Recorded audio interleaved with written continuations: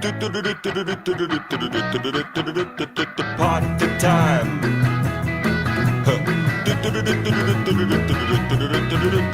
Party time. Party time.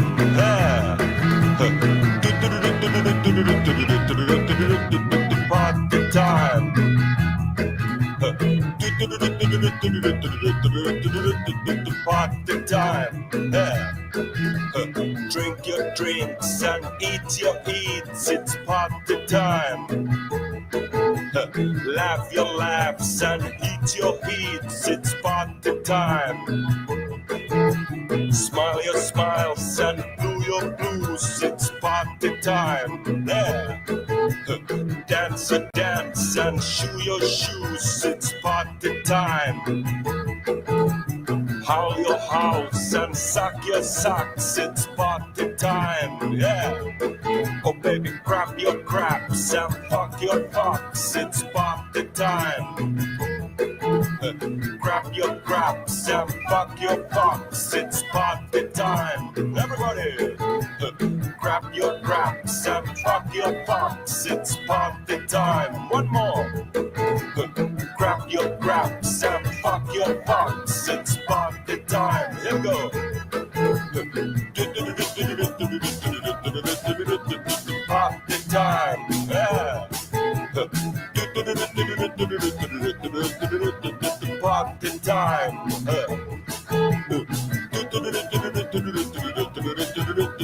Party time. Yeah. Party time. Party time. Party time. Party time. Party time. Party time. Party time. Party time. Hey. Party time. Yeah. Party time.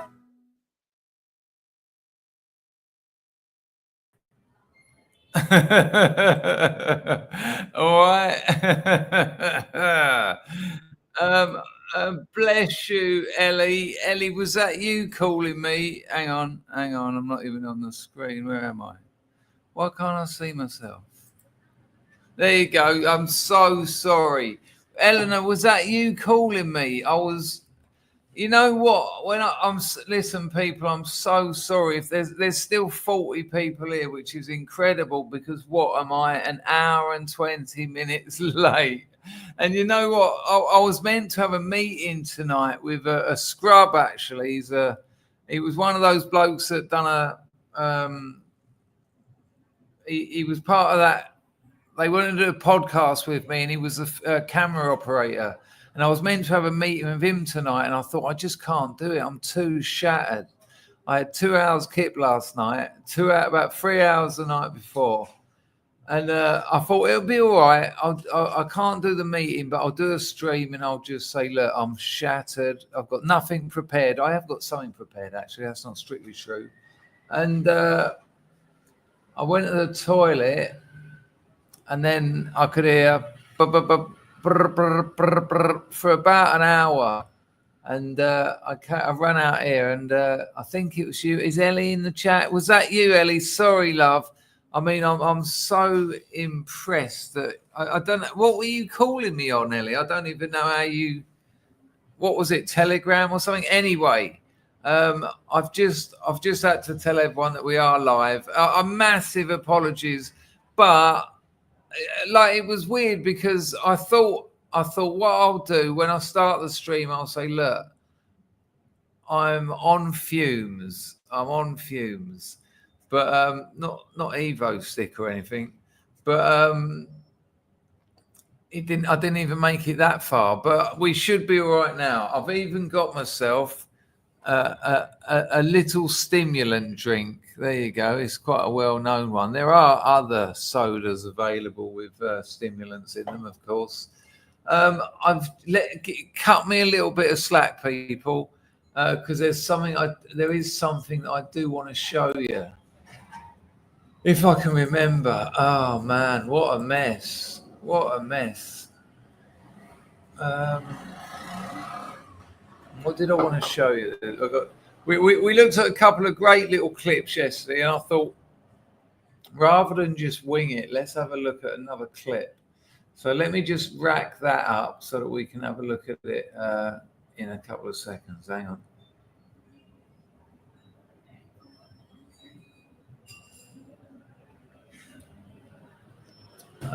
Maybe that was it. No, I'm just a bit worried that it might have been the one we saw. Oh man, this is ridiculous. I'm having a bit of trouble finding it. I watch so much YouTube that when I try and here we go. Confrontation at Portland Studio. That's not the one I want. They're the ones we watched yesterday. This will be worth it, people. Just give me a couple of seconds. I know you've already given me an hour and a half. This might be worth having a look at. You'll have to tell me, people, whether we watched. No, I don't think we did watch this one yesterday. Did we watch the one? Don't worry, I have got a special guest just down there. Did we watch the one yesterday where the students were complaining? We're talking about J.K. Rowling being anti-Semitic. We didn't, did we? We watched Peter Boghossian when all the I can't string a sentence together. When Peter Boghossian had the social workers come out, and then we watched another one, but I can't remember what the other one was. But I don't think it was this one. So hopefully, when I rack this one up, you won't all say, yeah, we already watched that. Let's get some hellos in, because I know noobs around here don't like the hellos, but we are a community. So let's crack open this chemical brew. I'm not a Coca-Cola drinker. I don't like the taste of it. It hurts my mouth. But without it, I'm just going to fall asleep again. Sean says, honestly, you wait for one Dangerfield to come along, Dangerfield stream to come along, then two come along at once. Let's see who's in here. I'll take it to the back and then we'll get into this. But people, apologies. You know what this channel's like. It's not the most, not the most. What would the word be I'm looking for?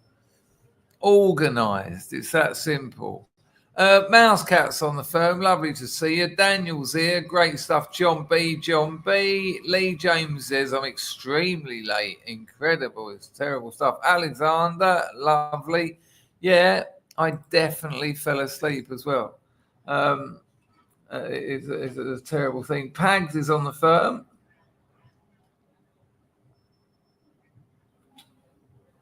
He said that Stack knocked it out of the park this morning.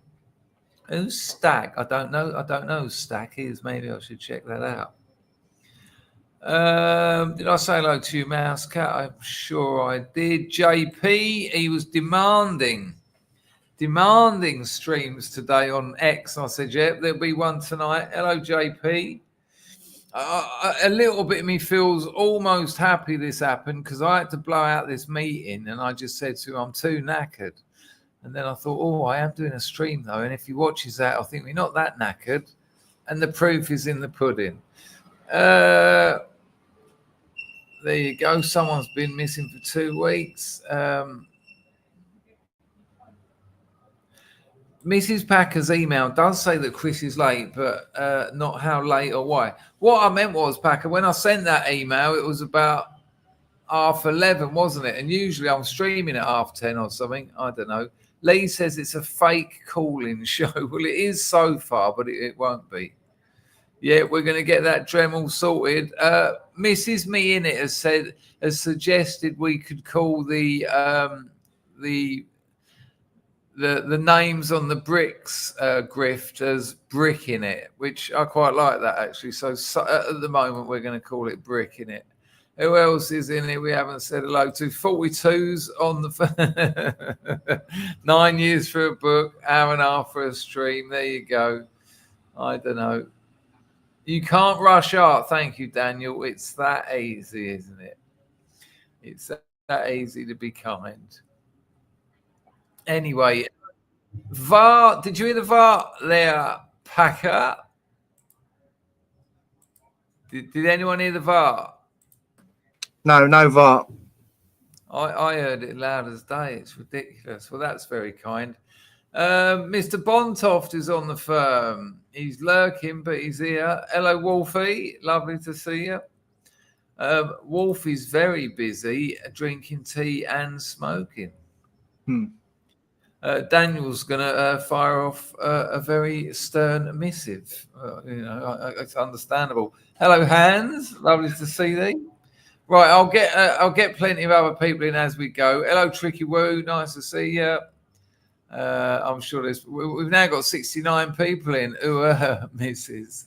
And thank you, Eleanor. If it wasn't for Eleanor, people making the effort to get that ring ding, I could just hear it for hours. I was thinking, in Cambodia, that sort of thing could be anything. I've never heard that ringtone. Eleanor, what was it? What platform were you calling me on? Hello, Toffee. Right, before we get anywhere else, I just want to show you. Hello, Latus. Nice to see you.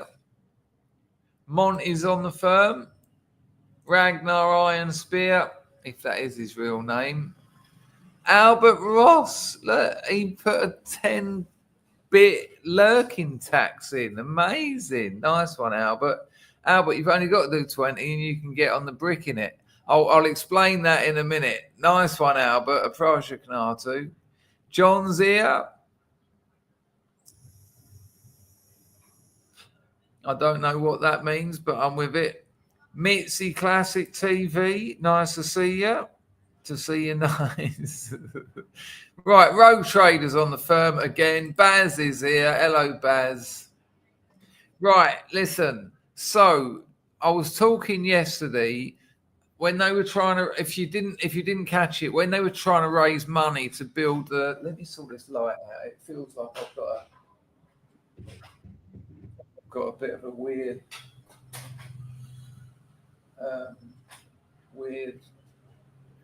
that's better, isn't it? You can see me now. Breeze blocking it. I'm up for other suggestions, but let me show you. Let me get my old Paint Shop Pro Edition 6 up. Let me present the QR overlay as well. Thanks to everyone who did donate on the Buy Me a Coffee yesterday. That was amazing. It would appear it actually worked. So how do I do this? How do I do this? I want to share my entire screen. So I'm going to... Hang on. Right, present. Don't worry, people. I'll be here in a minute. Image file. That's what I want to do. And the image is called QR overlay. I hope you're all quite happy with your video replies. I had hiccups, and pretty much every video was me saying I've got hiccups. So there should be, that is the QR code. But we had this problem yesterday, didn't we? We can't get me and Packer in, and that. Way over there. It's gone now, isn't it? It's not there, is it, Packer? Well, I don't know. Hang on. I can check. Oh, it's tiny, I think. Yeah, that's just the original one. That doesn't tiny work. Thing. But people, if you do want to use that one, it's the description is in the. You know what I might do? I might actually get a hard copy and just sort of stick it on like a stick so that it's there. Do you know what I mean? Just like it's in reality, so to speak. But Buy Me a Coffee is in the description. So if you want to use that one, they take the least money of anyone, and you get a video reply. Usual grifting, entropy at the top of the YouTube chat, super chats at the bottom of the YouTube chat. If you donate 20 quid, you get your name on one of the bricks in my house in the province. And I was talking about that yesterday, and I managed to find people in the Scrubs lifeboat would have already seen this, but it's also a good excuse to show some show some interesting, sensual, dare I say, photos. Although I don't know why. Hang on, let me do a bit. I will get. You know, I'm just waking up now, people. Oh, I'm in the damn tugboat. I don't want to be in the damn tugboat. I want to be in the Scrubs lifeboat. Scrubs lifeboat. And then I want to search for bird. Here we go. So, people, I will show you first of all. This is the brick that I've got. Well, it's like more like a tile up at the Arsenal. It's unfortunately there's a picture of well, not necessarily unfortunately, but there's a picture of one of my ex-missuses with it. So there's my original one up at the Emirates there. Not that one, it ain't. That didn't turn out well. Where is it? Entire screen, that one. There you go. Maybe I can zoom in a bit. Oh, that didn't work. So can you see that there? Dangerfield Flaneur, just where my cursor is there. Now, I must admit, the etchings on the ones on the bricks in my house in the province probably won't be that tidy and professional. It's going to be either going to be a Dremel or a 6-inch nail, but I will do it. And the people who donated here yesterday and a couple over on Buy Me a Coffee, I think about. I'll have a look in my little book later, but I think about 8 people have already taken it up. It's a 20 quid grift for that. But this is why I really wanted to show you it, because there's some other photos that I put up. Same girl. She had quite a lot going for her, that bird. I tell you what, though, absolutely beautiful. But as you can get, Packer, what do you think the next thing I'm going to say is? Crazy. Yeah, batshit, like proper mad. Yeah. Proper mad. There is one more though where she you get a little sense of her. She was a pretty girl, without a doubt. Yeah. There she is. She's the one on the left, by the way. Yeah, lovely, lovely. Is bird, there someone on the right? yeah, right. Yeah, she was good stuff. 6 long and difficult years of her. You know what, that girl, you give her a massage, she orgasms. I mean, you can't go wrong with that, can you? You make a little bit of genital contact and she's all over the shop. I mean, it makes you feel like you were some kind of Casanova, which I tend to feel like I am anyway. So there you go, people.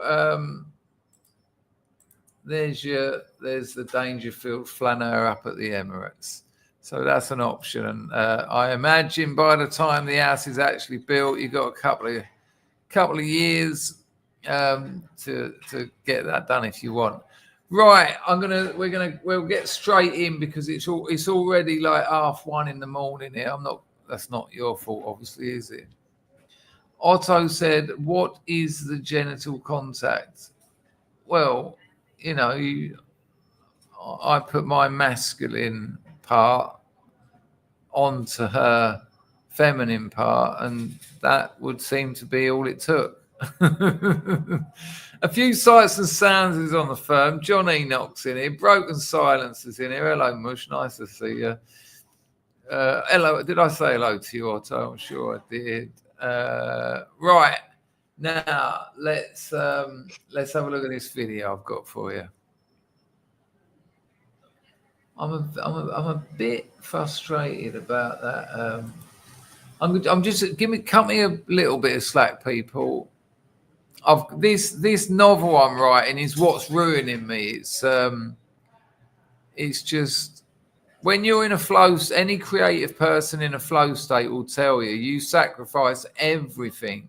If you're writing and it's great, you're writing or you're painting or you're in anything creative, if you're in that flow state where you just think it's cracking material and you just can't stop doing it, you just do it. You know, you sacrifice your health, you don't eat properly, because it's just worth it. You know, you can rest later. I'm just going to have a little pop at this because I did try something else. 1 second, people. Customization has occurred. Let's try this. Entire video. Right, that would seem to have been done. So, Packer, is that QR code in the corner of the screen, bottom right, or is it just really small? Oh, checking. 42, she was very hard to say no to be honest with you. Carl said the screen's frozen. Someone in the chat of one of my in the comments of one of my videos said it was too quiet, one of the videos, but no one else did, so I don't really know how that works out. Lata says print stencils. Not quite sure what that means, but I like it, Lata, so who cares? Right, before we crack on to this little clip I've got, and when you all say, no, we watched this one yesterday, you donut. Paul Salmon, he is a scrub, long-term scrub, regular donator to the channel, so I thought favour for a favour. I will help any scrub, like I told you, bad, Freudian slip. Brad's got a Substack, for instance. If any scrubs have got anything they want me to promote, just send me an email and I'll do it. I'm going to put a link in the chat. This is from Paul Salmon. Paul, if you're in the chat, I mean, you waited an hour and a half, so you might have just knocked it on the head. But Paul Salmon has got a T-shirt studio. He makes mugs, hats. He can do anything you want on them. I'm going to show you his page now. I've just put the link in the chat, so maybe you'll be supporting a scrub. It's called 2 and 1, which is a bit like 1 and 1. I said to him, how do you say it? 2 and own? Tone own? He said, no, like 1 and 1, but 2 and 1. I was like, all right. So here's his page, people. I'll put the link in the chat again. I'll put it a few times so you just can't miss it. If you want a T-shirt or if you want something, share your referral link. No, you're all right. I don't know what they're talking about. Maybe I will share that. Apparently someone already signed up to it, so who knows what's going on. There you go. That's the referral link. Anyway, I will put the 2 and 1 in again. Can you see it on the screen? He will make you. Hello, Mr. McCoy. Nice to see thee. He'll make you T-shirts, whatever you want on them. I think that's what it is, whatever you want on them. He's got a few things here, like I think he's got a Dangerfield mug. It's only £7. That ain't bad, is it? Dangerfield mug. He's got some other bits and bobs, hoodies, hats. So link in the chat. Support a scrub, why not? And I'm happy to promote any of your scrub things. So there you go, 2 and 1, t-shirtstudio.com, marketplace 2 and 1. And that is Paul Salmon, bless him. He's been around here a long time and he's a very generous donator. So there you go, people. Just one more. I'll pop it in the chat. We'll go to gifts as well. We'll have a look. You can personalize them, T-shirts, hats, hoodies, hats and caps, all sorts of things. There you go.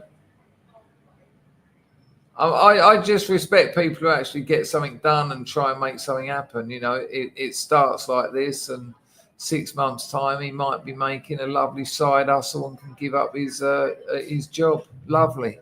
There you go, people. So that's Paul Salmon's website.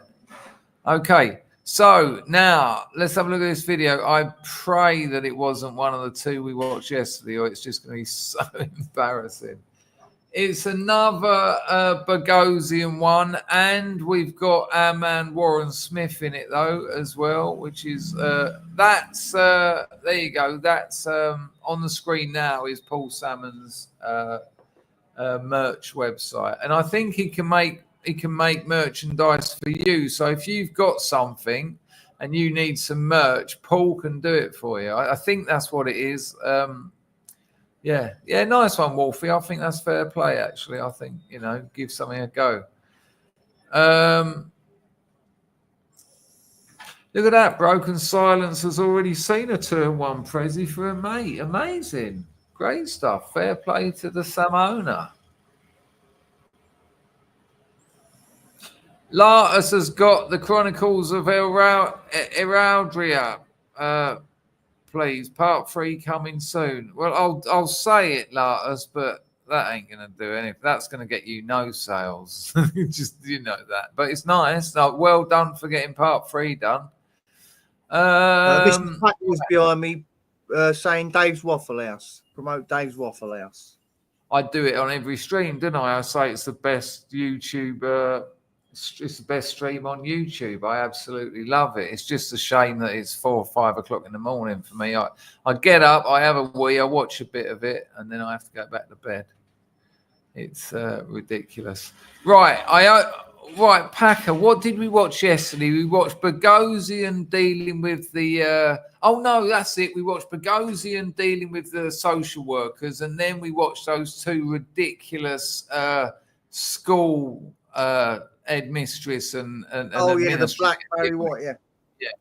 So this one's quite interesting, and what's kind of sad about it, I'm not taking anything away from Warren Smith, and I'm not taking anything away from Peter Boghossian, but they've got some students here, and again, and this is what Warren Smith got sacked from his school for. Warren Smith worked in a school for dysfunctional kids.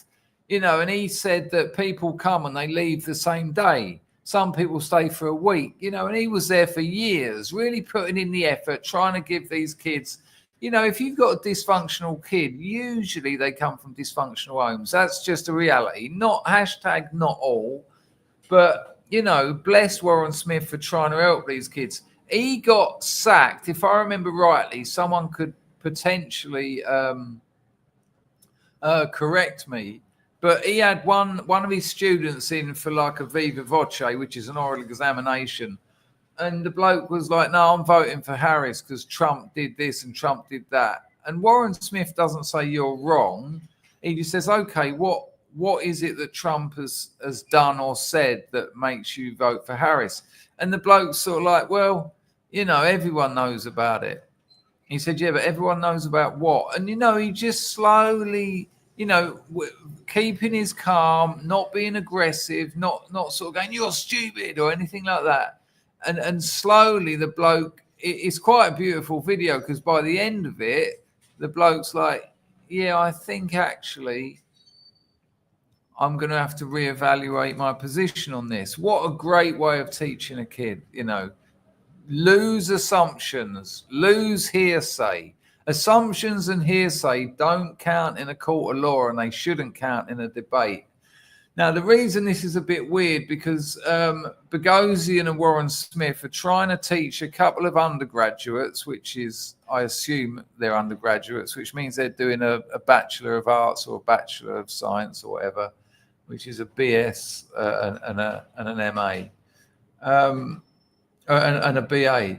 But it's not rocket science, but it's incredible to see how they lack the fundamental ability to just think critically. So here we go. Let's just get on with this. Share screen, entire screen. There we go. Have audio.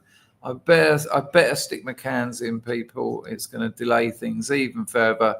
Thank you so much for hanging around, people. One of the beauties of the glorious House of Scrubs is, even if I did cark it out in the toilet, cark, not cack, you can all talk with each other, which I'm assuming is what happened. So lovely.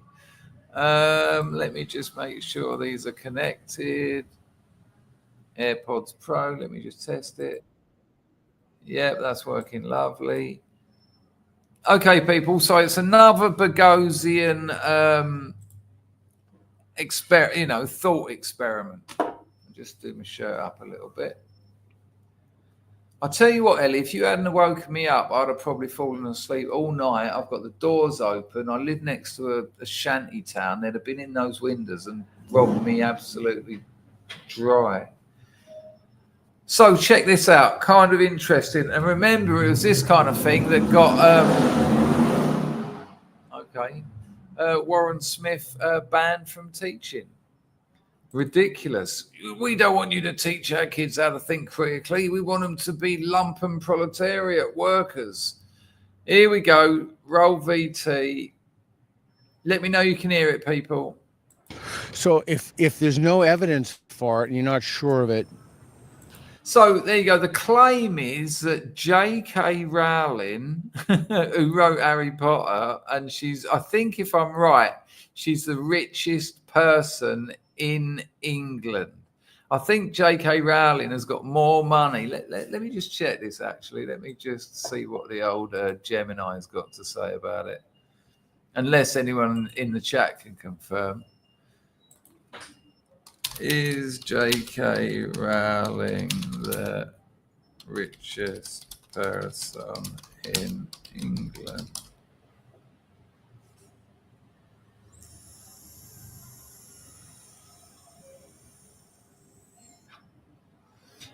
Oh, no, she's not the richest person in England, but she is the wealthiest author globally. So of all the writers in all the world, she had to write Harry Potter. It's quite the thing. I mean, don't get me wrong. I don't actually like that. I like people reading, but I remember, I think I've told you before, I was walking down through a train once looking for an empty bottle of water so that there was just enough spit in the bottom of it so I could cook up. And every single person was reading Harry Potter. Literally every person was. I'm sure there was one or two that weren't. And I just thought, wow, adults are reading kids' stories. What have we come to here? But the interesting thing about Harry Potter is it is full of Judeo-Christian archetypes, and it's kind of a strange thing. It's also riddled with Freudian references, and I say that because that might be why adults did get hold of it, because when you're dealing with archetypes and when you're dealing with the unconscious, it's not always a question of, oh, I'm reading about a wizard. It's actually a question of I'm reading about problems and engagements and solutions that whether you're a child or an adult, you can identify with. You know, magic and magic wands and playing magic sports in the air, that's just decoration. The actual sort of archetypal, characters and heroes' journeys and that, they're things that we can all identify with. Anyway, so the claim is J.K. Rowling is anti-Semitic. Now, regardless of what you think of the 4B2s, that's quite the thing to say about someone. That's quite an accusation. We all know that there's certain things, there's certain historical phenomena that you're not even allowed to question in some countries. And so when you point the finger and say you're anti-Semitic, it's much like saying you're racist or you're a Nazi. You know, these things can ruin your life. And I have to say props to J.K. Rowling for standing her ground on all of this. So the claim is they're doing one of these thought experiments, and J.K. Rowling is an anti-Semitic person, is anti-Semitic. So roll VT and let's see what happens here, because it's a little bit sad because the kids are dumb, but it's very interesting because a little bit of a very simple nudge in the direction of lose assumptions, be critical, and you'll be surprised how much students can grow. And in universities today, the tendency is to do the opposite of that. So if there's no evidence for it and you're not sure of it, do you think it happened? I'm pretty sure it did happen. I'm just not entirely sure of the details of it. And right. So there you go. He's pretty sure that J.K. Rowling is anti-Semitic, but He doesn't know the details. I mean, if I didn't know the details, I wouldn't say I'm pretty sure it happened. Admittedly, the kid's about 17 and I'm 53. But I'd have to say to myself, right, what do I actually know about this? Next to nothing. Would I step off of that position to say, I'm pretty sure she is anti-Semitic? So let's see where it goes. I'm sure it happened. I'm just not what's sure. What's the it in that sentence? Like that she said some bad stuff. About Jews? I think so. Okay. Do you want to comment on that? Yes, because you just said, I'm sure it happened. Maybe we should spin the game again and be like, is J.K. Rowling anti-Semitic? Okay, let's do that one. J.K. Rowling is anti-Semitic. 5, 4, 3, 2, 1, move. So if you haven't clocked this, there's different bits on the floor where they can say yes, no, neutral, unsure, and all things like that. So Warren Smith has just sort of suggested, well, you said that you're not quite sure, but you've committed to the fact that she is anti-Semitic.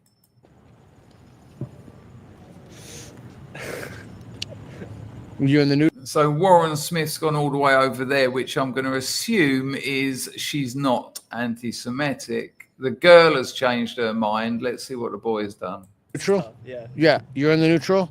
Yeah. You're in the neutral. Why are you on the... How come you're in the neutral? I just don't really know. Lee says at least he's sticking to his own, but is that something, is standing your ground necessarily a good thing, Lee? Because if you're wrong and you stand your ground, is that something that we should admire in someone? At least he's sticking to, his own, he's standing his ground. But if you're wrong and you stand your ground, you're almost doubly stupid, perhaps. Let's see what happens here. I'll take it back a bit. Why are you on the... How come you're in the neutral? I just don't really know anything about it, so I can't really form an opinion. So that's a really incredible thing to say, because she doesn't know anything about it. Her words, I know nothing about it. But does that make neutral the right place to go? Because I'd suggest if you know nothing about it, the answer is no. She's not anti-Semitic, because I don't know anything about it. I've got nothing. I've got no logic. I've got no evidence. I've got no data points. So is neutral? Because neutral is essentially, she could be, she might not be, but she could be. But when you've got no data, evidence, or information, why would you choose neutral? On the surface, neutrality looks like, well, she could be, she couldn't be. But when it's something as brutal as an accusation, is neutral the right place to be? I'm not saying it isn't. I'm putting it out there. Maybe she's Would the taking default be questions as neutral evidence. if you don't know about it? Hang on, Packer. What was that, mate? Maybe she's taking the fact that the question is being asked is making her question herself. Like before, she would have been like, no, but now the question is there, so she's like, oh, I don't know. Yeah, but if you don't know, if you don't know, wouldn't you go to I don't know or no? Yeah, well, she's gone to neutral because the question's there. So if she's not, why is the question there? That's how this works nowadays, isn't it? So and so. Oh, yeah, but the point you're making is because there's a narrative, she's kind of being biased to suggest there might be a chance that she is, but she's basing that on nothing. Let's see how it plays out. Would the default be neutral if you don't know about it? Now, I have watched this, so this is interesting because I think this lad doesn't understand what default position is. So if you don't know about it, I'll play it again. If you don't know about it, is the default position neutral? Would the default be neutral if you don't know about it? I think so. I don't know. Look, again, I know they're And kids. it's surreal. I know people they're on the other kids. side. I know they're kids, but what has happened here? Oh man, I've just fucked this up. What?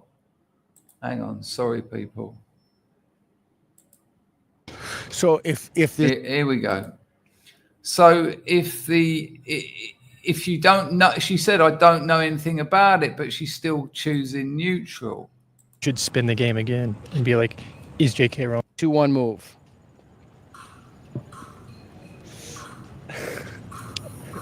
You're in the neutral? Yeah. Yeah, you're in the neutral? Yeah. You're in the neutral. Why are you on the how come you're in the neutral? I just like don't really know anything about it, so I can't really form an opinion.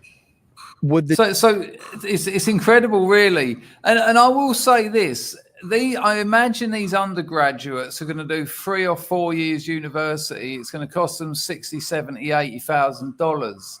And she says, I know nothing about it, so I'm selecting neutral. And that's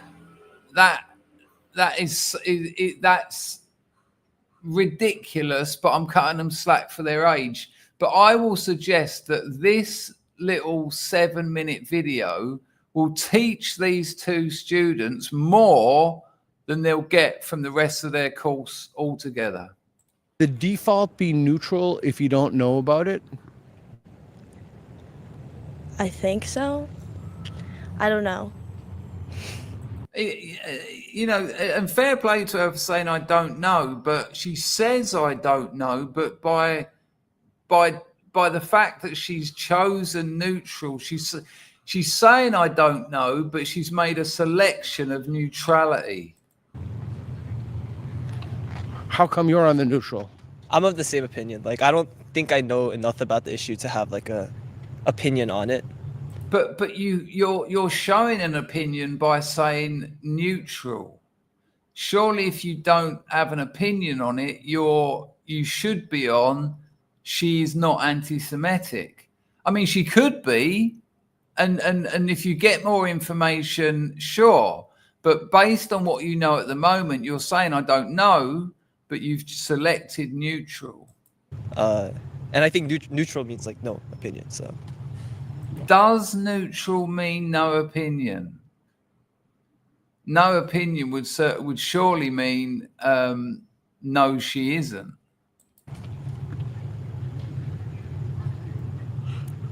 I guess I'm struggling with like, if so like that's Reed. You've never seen Reed before. If I said Reed is anti-Semitic, why would the default be neutral? Reed? That guy right there. Okay. So he's anti. If you said, Well, no, I mean, I'm trying to figure out why the default for things is like, if I said to you, there are ghosts in my basement, the default to that wouldn't be neutral. Unless you want to make the claim, like to say that person X is anti-Semitic, unless you want to say that everybody's anti-Semitic, and then it would be, do you see the point? Like why would the default be neutral? I see what you're saying, but I think, for example, the ghosts in your basement example, I think it's because ghosts are like, they don't exist. They're paranormal. So. And at this point, Lee, I do tend to agree with you because, he feels like he's made a choice, but he is holding 2 opposing views at the same time by going with neutral and saying he doesn't know anything about it. The default, and this is the arrogance of youth, isn't it? He is at the moment he's a living contradiction. I don't know anything about it, but it's neutral. opinion on that, you would know immediately that they don't exist. But I think if you're saying like someone is anti-Semitic, that's like a pretty like bold claim to make. So it is a bold claim to make, which is why perhaps you might want to think about it a little bit more, and neutral might not be the best position to take. I need to have like it is more claim to make. information in order to have an opinion on that. But there you go, people. I need more information to make a claim on that. But by standing on neutral, he is making a claim on that. It's crazy, really, isn't it? He's clear as day. I need more information to make a claim. And yet he's chosen neutral, which is a claim. Okay, I'm coming back to you because I think, and I'll leave you to think this before I go to him, it depends on how many people we think are anti-Semitic in the society. Like if there's a lot of anti-Semitic, then, but if only like 1/1000th of the people are anti-Semitic, I would think that the default would be there. But the more people who are anti-Semitic in the society, I think the default moves to the left, right? But I'll just let you think about that. Why do you strongly disagree? Like the whole point of this exercise is like, it's not like what to think, right? It's like how to think. So don't be. And that is how you should teach kids. You don't teach them information and facts. You teach them how to evaluate information and facts and base their decisions upon that. I done 7-8 years of higher education. I can think of 2 teachers who actually taught me like this. They didn't tell me stuff and say, this is true. They said, this is how you evaluate evidence. This is how you make decisions. This is how you take positions. And the rest of them, and 2 tutors out of 8 years of, 8 years, let's say I had 5 tutors in each institution. That's 40 tutors who refused to teach me how to learn, but rather they fed me information because they're ideologues and they want to turn me into what they are because it's a political game for them. Defensive about anything that we're doing. So I'm not going to come to a conclusion unless I have an example or some reason to come to that conclusion. Just because I hear something doesn't mean it's true. But so just a moment ago you said, I'm sure it's true, right? Yeah. So, and now you're neutral. So that's interesting. So wouldn't it be like you agree or slightly agree, right? Are you really neutral though? So Can I answer? Yeah, of course you can. So Tell him. Okay, so the reason why I said I'm sure it's true. Okay, but now that you mentioned it, I'm like a little less sure.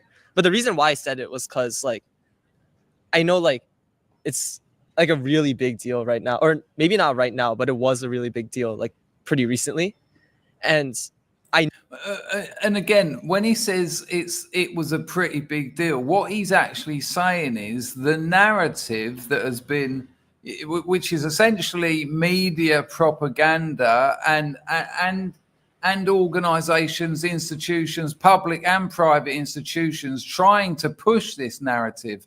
That's what he means when he says, well, it was quite a big deal, but yet he still hasn't got any evidence upon which to base these claims. I know for a fact like it did happen, but I don't think I have. What's the in that sense? Like that she said. Okay, maybe it's not anti-Semitic. I'm not sure the details. Maybe it's not anti-Semitic. It's incredible. Well, that isn't neutral then. But Yeah, he said, how do you know for a fact? I mean, it was like there was a lot of news coverage like on the issue. So which issue did? And so again, it's so strange. Again, I know I always say this, but when I was a kid, the people who went to university or college before they were clients, especially in the UK, but definitely in America as well, the United States of America anyway, they were clever people, they were bright people.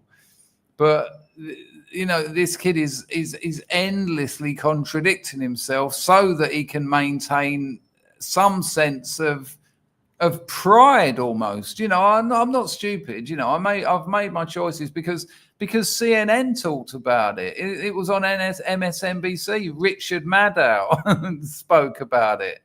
And are you going to trust those people? Those people who are funded by people who have got an agenda, have got, they're supporting certain narratives. He hasn't even questioned that. What he's essentially said is, it was on the news, so it must be true. I mean, if you live in England and you know about the BBC, and if you live in America and you know about CNN, MSNBC, etc., they're not to be trusted at all. These places shouldn't be where you get your information from. She hates Jews? I think so. Okay. So Right, yeah, let's just see that again. That's amazing. And well, I mean, we're talking about J.K. Rowling here. I don't think J.K. Rowling hates Jews. I've got absolutely nothing to go on, and that's not just because I haven't listened to the news. It's because I've looked into it because I just thought it was absolutely ridiculous. so Which issue, that she hates Jews? I think so. Okay. So I'm saying, like, the reason why I said I'm sure is that I know it happened, but I don't have enough facts to have an opinion on it. I think Okay, but what I would then say is, okay, so you don't have enough facts, but what facts do you have? You know, it might only be one, it might only be two or three, but when you say you haven't got enough facts, that suggests that you have got some facts. So let's have them. the neutral is more about my opinion and not like whether it did happen or not. And that's a nothing. That is a nothing. It's not about whether it did happen. It's just about my opinion. But your opinion is based on information. How do you know it happened? Classic Warren. It's a great that it's simplistic, but because you argue with fools, or in this instance, undergraduates. And you get down to their level. How do you know it happened? What have you got to suggest that this happened? That'd just be my only question. Yeah. The thing I'm basing that statement off of is just that there's like news coverage. I didn't read anything about it. Did you see You heard about it on the news. the news coverage? No, me personally, no. But And he hasn't even seen the news. So what we're getting now is his friend or one of his tutors said it was on the news, and based on that, he's happy to level an accusation at J.K. Rowling that she's anti-Semitic. That's hearsay. That's second order hearsay. I just know that there was a lot of coverage. So there was a lot of coverage. So now it's a quantitative thing. So, this is a question of consensus. Everyone was saying it. Well, everyone was talking about the coof. So if you didn't see the news coverage and you didn't read anything about it, then how do you know that it was said that she was even anti-Semitic? And there you go, Dennis. This is what I said in a video I made the other day. Why doesn't he just say, I don't know? Saying I don't know is the best thing you can say in any debate, because you'll find out, you'll learn something. And then when this comes up again, you won't have to say, I don't know, because you'll be better prepared to debate with an intellectual maturity where you can simply say, I don't know. There's nothing wrong with that. I respect people so much for just saying, I don't know. I don't know. I've heard a lot of stuff. People have essentially, there's a lot of gossip about it. Very well organized and very well funded propaganda bullshit fountains have been talking about it, but I don't know. But again, because they teach these kids to be narcissistic, he feels by saying I don't know it will make him look stupid, when the reality is saying I don't know makes you look clever. I'm not picking on you. I'm just trying to. No, yeah. And there's the old classic no, yeah. Boghossian has to be a little bit kid gloves because he is a youngster. I'm not picking on you. No, yeah. I mean, again, humans don't say things like that by accident. He just went, no, yeah. 2 yeses, 1 no. So what he's actually said to Boghossian then is, no, you're not picking on me. Yes, you are. You are. No, yes. That's a tough one. I mean, like, the geezer's buffering, and this is good. This is encouraging. Can you imagine what it would be like if all tutors, and Boghossian's not a tutor at this uni, as far as I know, he does these things in the streets and on campus. And this. I think I already said it, but this lesson could be the most important lesson that these two students will have in the whole of their 3 years. I don't know how to fully explain it. It's like Okay. that question where if like a tree fell in the forest and nobody was around to hear it. It's nothing like that, actually. It's a completely terrible metaphor there, or simile. Did it actually happen or not? I think like, Well, there's a philosophy guy over there. We can ask him later, but go ahead. yeah, like I guess in terms of that like sort of allegory, like I wasn't in the forest to hear it happen, but I like other people were, if you know what I mean. Other people say that she's anti-Semitic. Yeah. Do you know who those people are? Like like no specific people, but Okay. I mean, it is sad. It is a shame. Shouldn't you be less confident that she's anti-Semitic since you don't know the details? yeah. Okay. Yeah. And that's why I'm neutral and not in the Yeah, but that neutral isn't neutral. You're suggesting there's a possibility where, based on what you've said, you should be standing on she isn't. Okay. What do you think of all this? I like feel pretty good about my position here, just because like hearing both sides, like that's like a big claim to make. It So is a big claim to make. it's hard yeah. to just like It's a completely, serious accusation. yeah, you're it's right. hard to just It's the kind of accusation that can ruin a life. Unless you've got the kind of money that J.K. Rowling's got, it can mean you'll never work again. AAA is on the firm. Nice one, AAA. Lovely. The grift is terrible tonight, but that's all right. I was an hour and a half late. In many ways, I owe you a lot of money. Nice one, AAA. Appreciato. Yeah, plenty of that, Toffee. And again, if you didn't see my video, there's been studies on this. When we all say like occasionally, and why not? Because it's a simile essentially, like. But it's also an uncertainty modifier. It allows you to say, well, it's a way of saying I'm not so sure about this, and the reason it's frustrating is you're not having the piss taken out of you here. You're a student. You're learning. So be honest. Just say I'm not sure. Can you explain, Peter? Can you explain to me what you mean by neutral? Not necessarily being the default position when making accusations, but they haven't done that. It's like my friend's mother's dog said. just like completely agree or completely disagree with that without like having like concrete like evidence or like facts surrounding it. I mean, the amount of certainty modifiers there, and I get it. She's on camera, she knows it's going to go on the internet, and remember what it was like, people, when you were 16, 17, all that peer group stuff. It's powerful stuff. So that's why I'm in the middle. Okay, I understand. Okay, let's do this one. J.K. Rowling is transphobic. Go back to neutral. J.K. Rowling is transphobic. Move. See, she's learned. She has learned. I wasn't aware, but she'd moved away from neutral, but now she's going right over to I don't know.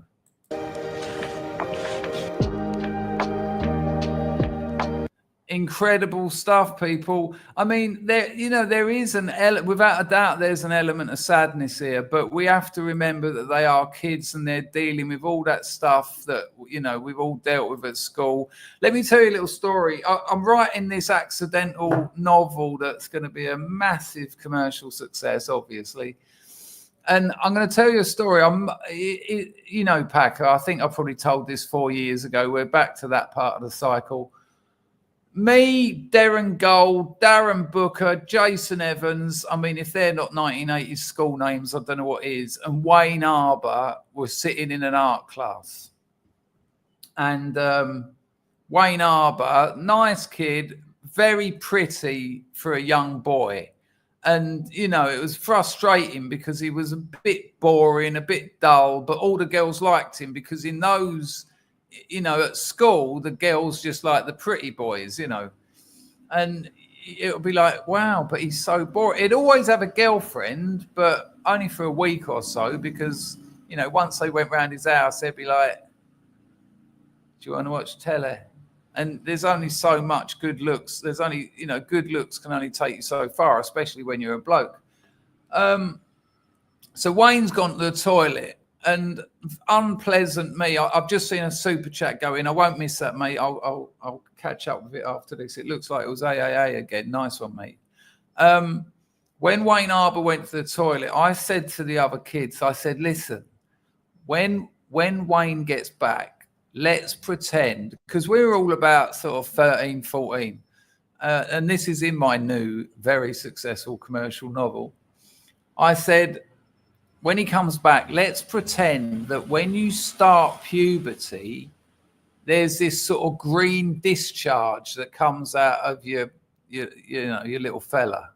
And that's the start of puberty. And I'll say, oi, when did you start puberty? And I'll say, oh, I was in the bath and it just all sort of come out, all this sort of stringy green stuff. And then I said, and then we'll go round, you know, Darren Gold, Jason Evans, Darren Booker, and they'll all say when it happened to them. And then we'll say, Wayne, so what happened to you, Wayne?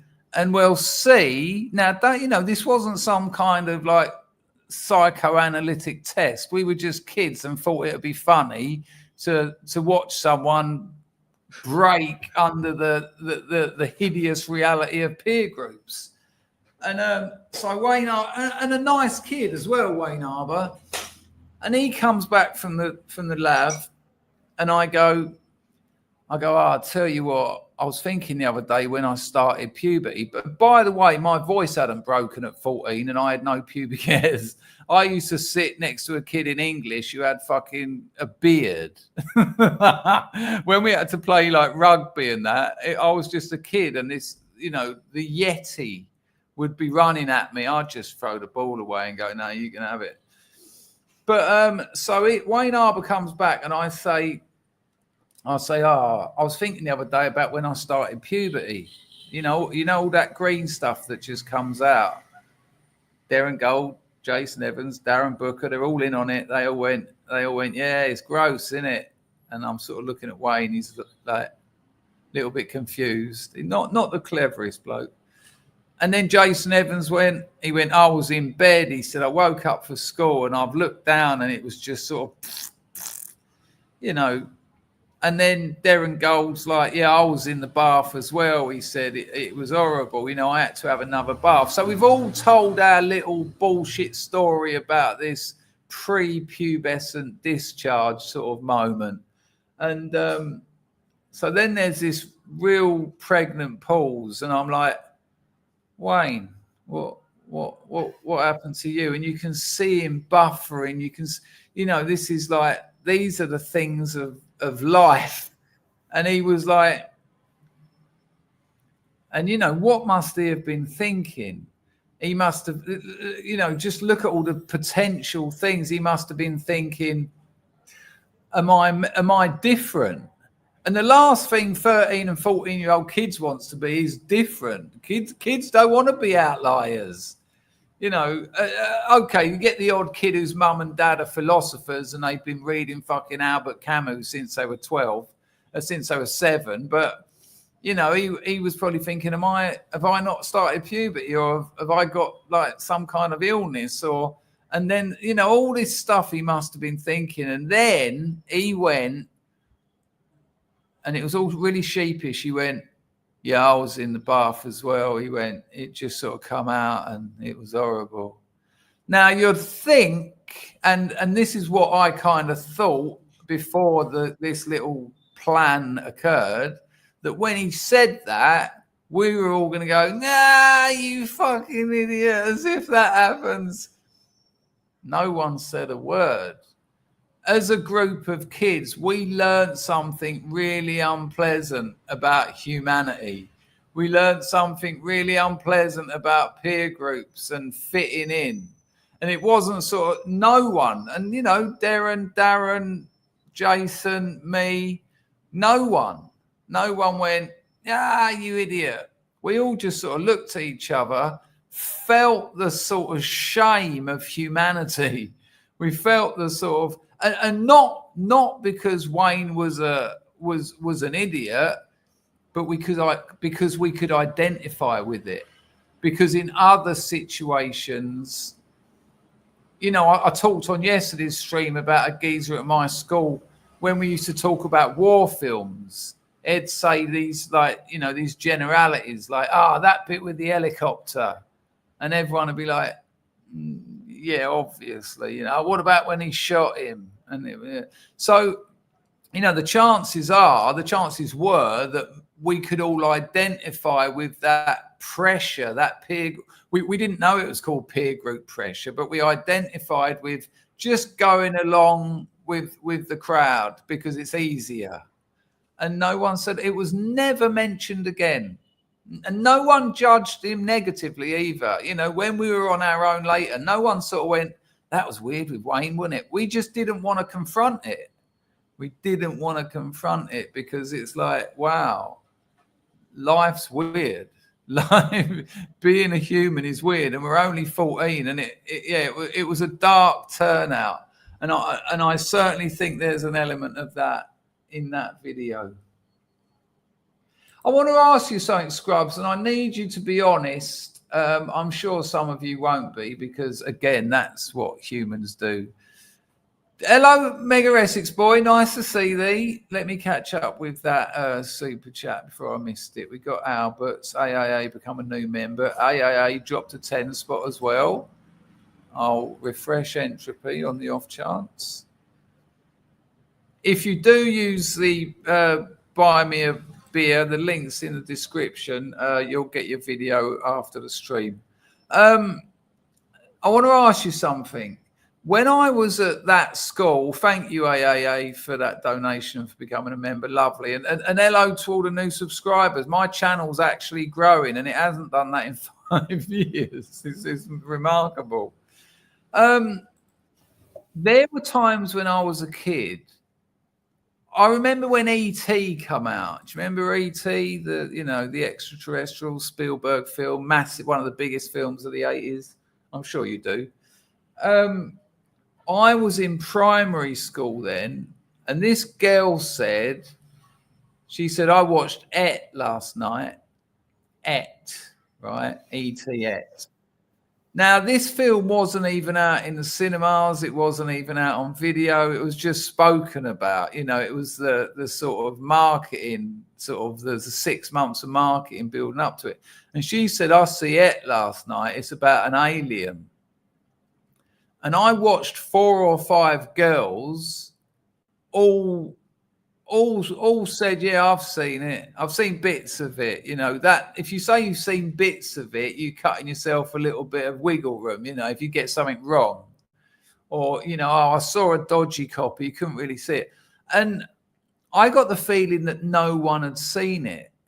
In 1986, BBC showed First Blood, which is the first Rambo film. Everyone at school, the day that it was going to be shown that night, everyone had seen it. Everyone had seen it. And it was all, no one had seen it, you realise, but everyone was saying that they'd seen it because it was important. And what I want to ask you, Scrubs, and you know, we were kids, we were all kids, but do you remember going along with something, not as extreme as the Wayne Arbor example, but just saying that, yeah, I've seen that, you know, yeah, I've seen that, I've read that, I've been there, that happened to me. And you know that you're lying and you're watching yourself lie. And you know, what a strange thing. And you know, this is normal growing up. And the growing part of it, the lesson isn't that you can get away with lying to your friends. It's that feeling of shame afterwards, especially if you get caught out.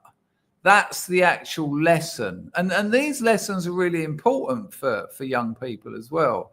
It's almost like we're programmed to want to be accepted in a group. And why wouldn't we be? Because collectives are stronger. You know, if you're accepted into a group, whether it be 3 or 4 kids, whether it be your class, whether it be the kids on your street, you know, we're programmed to want to be accepted into a group. And yet you also have to deal with the after effects of that, where you're like, am I a liar? You know, why did I go along with that when I knew it wasn't true? I don't know do any of you remember my Arsenal story? When I was in my 30s, I was pretty well off. Yeah, my business was flying, different times, and I thought, you know, the waiting list to get a season ticket at the Arsenal is about 14 years, and I'm like, I can't wait that long. And I found out that if you could get a debenture bond, you go to the front of the queue. And I searched I searched the internet, and there was one on eBay, and he wanted something like $2,000 for it. And I thought, you know what, to get a season ticket, to be able to go up the arse. I lived in Soho, so it was only like 30 minutes on the bus to get there, or 15 on the tube. And so I bought this debenture bond, and it all processed. It got put in my name and that. And it got to the point where I had to. The Arsenal sends you this computer graphic of the stadium, and you can pick your seat. And my seat was on the halfway line, 5 rows behind the cameras. That gives you an example of what a high quality seat that was. Because if the cameras are there, you get to see everything. You know, if you're behind the goal, you don't even know if they've scored, because if the ball hits the side of the net, it looks like a goal. But I had like the camera view of it. So I've said to the bloke, I said, yeah, I know what I want. I don't know if I've got the right numbers, but it was something like row 91, seat 5. And the bloke said to me, he said, you do realise that's one of the most expensive seats in the stadium.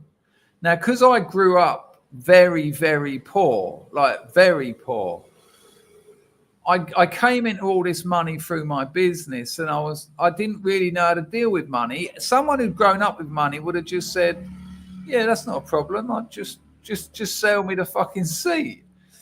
Maybe it was a bit of my accent that made him say that. And it was $2,500, right? And I said to him, listen, now, and this is where I stepped out of myself.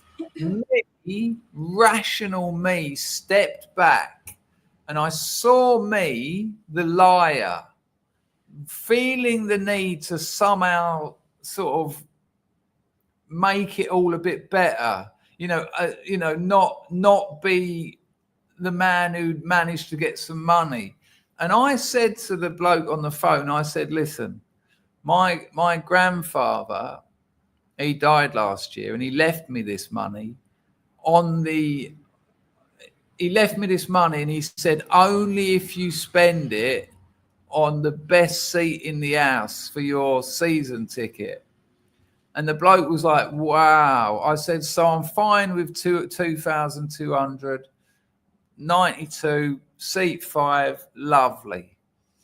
And he was like, all right. So we went through all the palaver, you know, he took my debenture number, took my debit card, all that luck.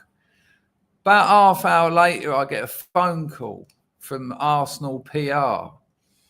And they say to me, listen, we've just spoken to the people at ticketing, and they told us a story about your granddad. And I was like, yeah, he's been a gooner since, you know, like his father played at Woolwich Arsenal when it was like at the Arsenal, at Woolwich Arsenal, you know, just this nonsense. And again, I'm stepping back from myself and watching me lying, Theodore Adorno said you can locate the precise historical hour of politeness and tact the moment you've got privileged groups. And I've stepped back and I'm watching myself just bullshitting. Why didn't I just say, no, I've got the money, I want to buy that one. Just crack on, mate. And he went to me, he said, yeah, that he explained all that to us. Would you like to do an interview that we can put on the program for the first match of the season? And I'm like, a bit of me thought I could Photoshop some old black and white photo with like an Arsenal scarf and sort of stick it into Highbury or something. That would have been fun. That would have been made a great Edinburgh show. But I said to him, mate, to be honest with you, we're a very private a very private family. I'm afraid that's not going to happen. And, just what, someone said it the other day in the thing, what a tangled web we weave when first we practice to deceive. All I had to do was say, no, I can afford that. That's fine. But no, stories of granddads and wheels and fucking all this lark. I must admit, though, a few years later, I did regret not going through with it. But had I have gone through with it and the truth come out, every time I went to watch a game, all the people sitting around me would have been like, here he comes, the liar. Here he comes, no granddad. But it's a strange thing. So let me know in the chat, people, if you've ever, as an adult, you've been deceptive and later thought, why did I do that? And I'll tell you why I'm asking you, because I think you all have. Simply because it's a coping mechanism we develop as children, and we never get rid of all of those. We get rid of a lot of them. We develop them. We realize that it actually doesn't work in our favor. But humans are frequently deceptive. We might call them little white lies. We might pass them off as well. It's for the greater good. But I think most people do that. And my experience of the world has told me that. Let's see what people are saying. Smurf says Packers playing chess. Truth will set you free. Was 7 and liked Man United, even though I hated football. That's a weird one. Dennis loves it when the lie expands. Well, this is what lies do. No human can maintain the sort of what is it? Not atrophy. It's the other one, isn't it? Lies by definition grow and grow and grow, and you've got to try and keep your head on top of all of that, and you just can't do it.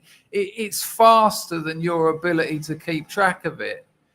Praise King Jesus forever says the new grounds pony compared to the old graph. Well, it's not even a new ground anymore, is it? It's 20 odd years old.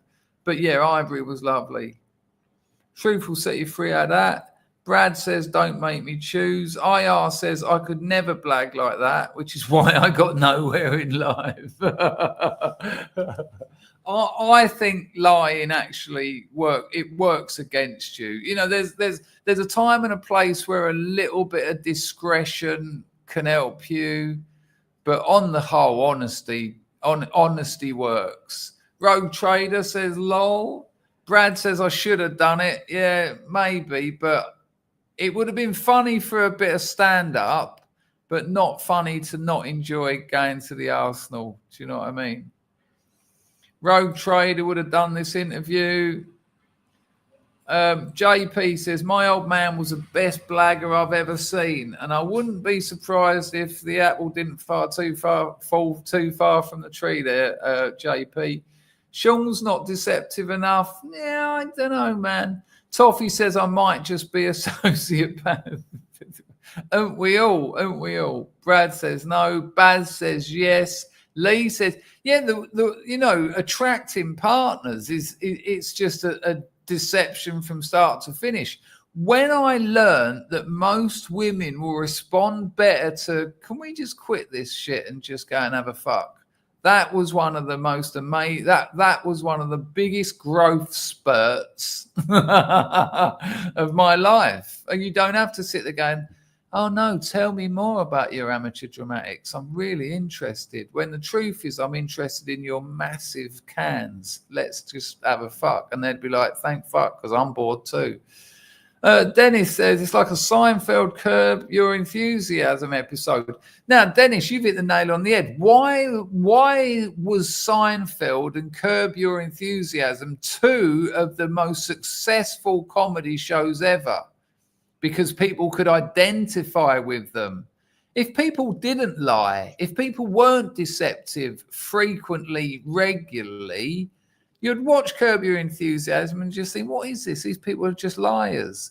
But that ain't what it is. We laugh when we watch them. Why do we laugh? Because we identify with them. Oh man, I can't believe he's just done that. I do that. There you go.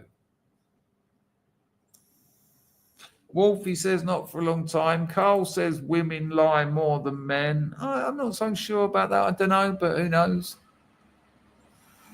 IR's liar's regret kicks in before he tells the lie, so I don't do it. I don't know. IR, are you saying that you don't lie? You're never deceptive? I mean, you might be. I struggle with that. I just think humans are liars. That is the problem, Sean. Yes. It's like you're building an house on shaky foundations, and the shaky foundations will they'll be throughout the whole house after that. There you go. There was an old woman who swallowed a lie. But that story is exactly about dishonesty. That's exactly what it's about. It's about that sort of snowballing effect of trying to put something right, and then you're going to have to put something right again and it just gets bigger and bigger, which is exactly what happens with deception. Rollo says, apart from pretending to have watched naughty films at 12, the following couple of decades was a tangled web of deception as I tried to seduce as many girls as possible, failing 98% of the time. Rollo, because girls really appreciate honesty. Brad says that a lie is an art form. You have to track a lie as close to the truth as you can. That's interesting. Well, interestingly, the best lies, the most effective lie. I'm not suggesting we lie. I'm suggesting we do lie. I'm not suggesting we should. But the best lies have an element of truth, and you can that kernel of truth will continue to make the person you're deceiving struggle to call you out, because you can always go back to that kernel of truth. A lie travels further, faster than truth. Eleanor says, apparently men do this in their jobs. They learn as they go, but claim they know the method. Women get punished for saying they ain't got a clue. And you will have to show me. Tells you everything you need to know. It's a great call, Ellie. That's a great call. Oi, this is amazing. My mate told me a story I told him 5 years ago. Right, I'll keep this brief because I know I've told this one before. So years ago, I was selling liquid acid, right? Not proud of that, but, you do what you have to do. And I had a few little bottles of this liquid acid, and a couple of kids come around me out. I say kids, like 20 or something. I was only like 23. And they wanted a bit of this liquid acid. And all I used to do was just put a couple of drops on the back of their hand. They'd lick it, Lady Godiva, sweet, off you go. But the bottle that I poured their last 2 drops in was empty now. There was just a bit of sediment in the bottom. And I thought, you know what? It's Saturday. Fuck it. I might as well. So I put a cotton bud in it and scooped up all that sediment and just put it in my mouth, pulled the sort of cotton off the Q-tip for American viewers, and just wash it down with a cup of tea. About 10 minutes later, my mother's house was taking off. And I thought, I've got to get out of here before the old dear comes back. There was a little booze around the corner. Now, a mate of mine had just come back from Thailand, and he'd brought with him about 50 snide Armani shirts, and they were all those kind of lumberjack sort of check prints. And he'd give me one. Right, he said, "Yeah, you can have that, strangers." I was like, "Oh, nice one," because you know I was a drug addict and I didn't really have clean clothes. So I thought, "Oh, I'll wear that nice new snide Armani, and I'll just go and sit around the pub, keep myself to myself, and drink this very, very strong and too much acid off." I walk into the boozer, the Forest as it was called.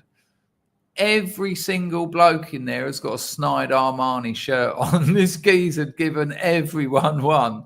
And I was just like, what the fuck is going on?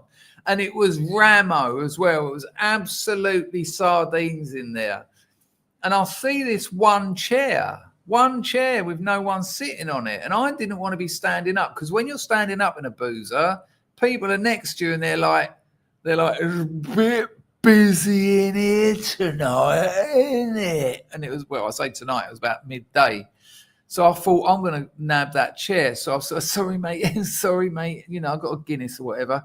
Got over and sat in that chair, put my beer down. In those days, you could smoke fags and that. So I've made a little roll up. And as I'm smoking it, after I've made I don't want eye contact with anyone, so I'm taking my time over this roll up. And you know what it's like. It's bad enough trying to make a bifter, but a roll up, what's happening? Why is this? This is like origami. Finally got it together, lit it. And when I looked up, the whole pub, everyone, about 40 blokes, was looking at me. And I was like, what the fuck has happened here? This has turned out really badly. Now, I can't remember the next bit because the acid was getting stronger and stronger and stronger and stronger. But at some point, I think a mate come over and he was like, "Are you all right? You look strung out." And I went, "Mate, I had all the sediment I explained I was tripping balls. And I said, and everyone's looking at me. And he said, "Yeah, because you're sitting on the chair under the television and it's FA Cup final." And I was like, okay, so now this makes sense, right? So, of course, first thing I do, get up, finish my pint and fuck off over the park and just sit there and enjoy a bit of nature, smoke a couple of bifters. I tell that story after an NA meeting about 20 years later in Soho. And then I'm having a cup of tea about 5 years after that with Fat Tony. Fat Tony's like a very funny, really bitchy sort of gay, you know, but hilarious. The things he says, he's so brutal. I wouldn't be surprised. Brad, you must know Fat Tony. I'm assuming, but I think you're the same age. You were probably doing the Soho thing in like the late 80s, weren't you? Early 80s.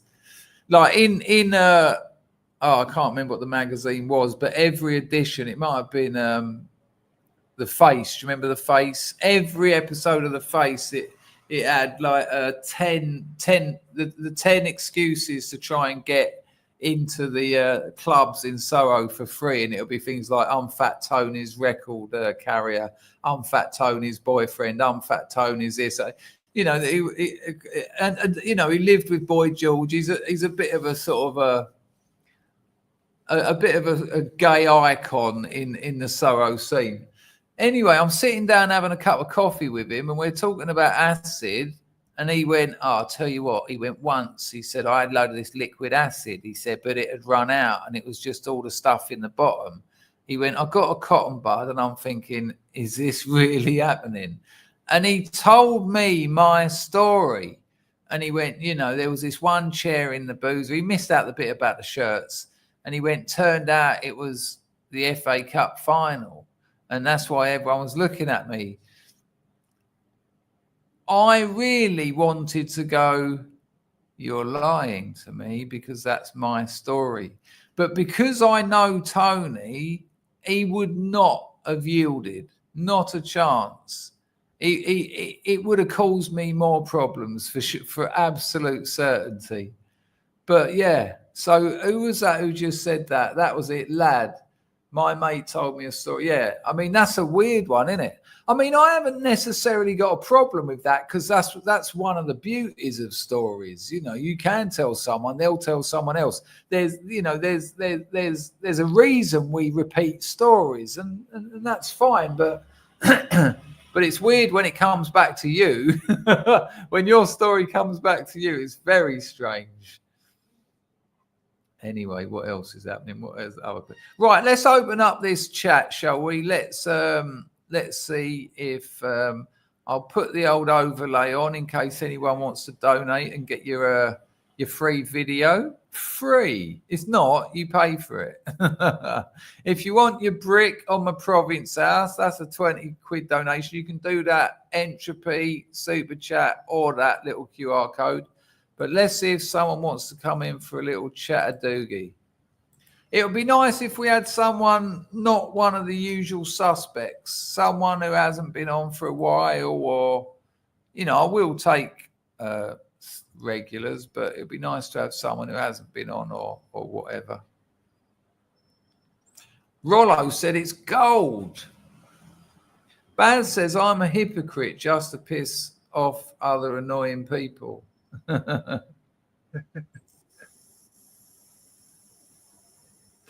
Interesting. I've been a handyman for 20 years, so I've never lied to anyone about my abilities or knowledge of what I'm doing to get any work, or you know what I mean? It's like you wouldn't, would you? But in other aspects of your life, have you been deceptive? Oh, Mega Essex Boy says something here very interesting. I'm just brutally honest. Next couple of words, rarely lie, which is another way of saying I'm honest, but I do lie. And you're right, you have got to have a good memory, and it just gets totally out of hand. AAA says the truth does not require your participation in order to exist. Bullshit does. Incredible. While we're waiting for someone to pop in, I'll see if I can find the other video I wanted to show you. Let me see if I can find it. I actually wanted to talk a little bit about something Sargon said, but I think it's a bit of a leap from where we are, actually. People, have you been? I'm not a big Doctor Who fan. I mean, I was as a kid, but have you seen the new Doctor Who? It's shocking. He's a black fella. He's got a black assistant. She's always moaning and he's always crying. Thanks. Thank you very much. I think it's over. The World Economic Forum's absolutely collapsing as well, which is great.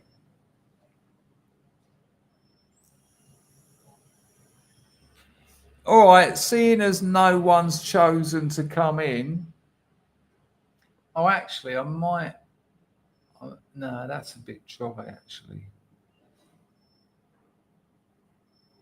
We just done that one. Sorry, people. It's just oh, we are Bearings video. This is the one I wanted to watch.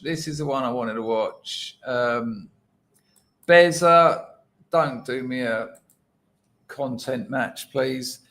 So there's a lot psychologically going on in this video. So let's have. Oh, did I even put the invite link into the chat? Maybe that's why no one came in. Yeah, you did. Yeah. Oh, I did. Just no one's up for it. That's all right. Come on, someone. Eleanor wants to know is a mission of truth a lie? Well, what do you think, Eleanor? Is that essentially you're talking about a bit of discretion, aren't you? What I would suggest is if you have to ask, I mean, I think different is contextual, isn't it? If you're going to, if someone asks you something and there is there isn't. Oh, actually, there are people down there. It's just this stupid new setup. I couldn't see them. Hang on. Who have we got? Oh, we've got fucking JP and AAA. We'll get them both in, actually, because AAA's new on the firm. Right, someone's got YouTube on or something. Turn YouTube off, please. There you go. You're all right. How do I get rid of that? I do that. How do I stop presenting that like that? Here we go. So JP, hold your horses. AAA, are you new in these parts? Yes, man. Mate, I've been watching, I've been tuning in for a while, a few months, but yeah, I'm brand new today, fresh. Say hello to AAA in the chat, people. I'll start the ball rolling. Hello, AAA, which is weird, really, because I've just said it to you with speech and now writing. So what? Tell me your story. You don't have to. You can make it up if you want. I don't care. But that's a strange look right there. That's what monkeys do when they're scared. I'll tell you who does that a lot. Asmongold does that. He sort of does this sort of little sort of monkey scratching. It's oh, look at the scrubs. They're so lovely. Even Mouse Cat's called you Triple A. So obviously you don't have to say anything you don't want to. Roughly, where are you from, AAA? I'm from South London. Oh, okay. Are you? So when you say south, that's not southeast. Are you? Yeah, southeast. Oh, okay. So are we talking as far out as Abbey Wood, or is it New Cross, Lewisham? I'm sandwiched between Peckham and you can probably guess, like Peckham and Brixton. It's Camberwell, isn't it? Exactly, man. Yeah.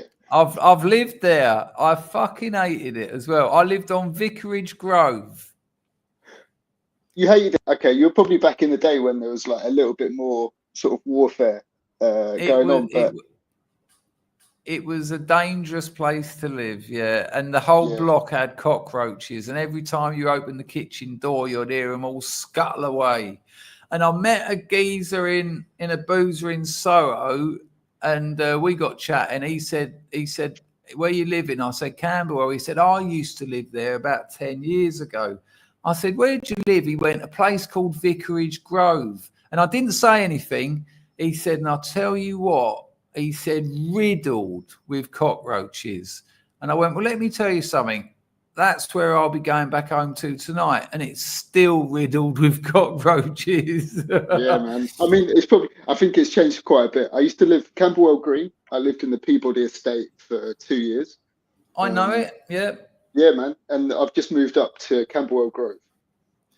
Ah, well, that's the slightly nicer part of Camberwell, of course, isn't it? Yeah, man. There you go. It's a nice place. Yeah. Yeah. No, well done. You've obviously made some good. We used to have this thing that if you could walk. No, you couldn't walk from the art school to the Green without at least 2 lunatics giving you some kind of grief. It was a dangerous place. Do you know Lyndhurst Drive in Peckham, or Lyndhurst Grove, maybe? Yeah, I think so, man.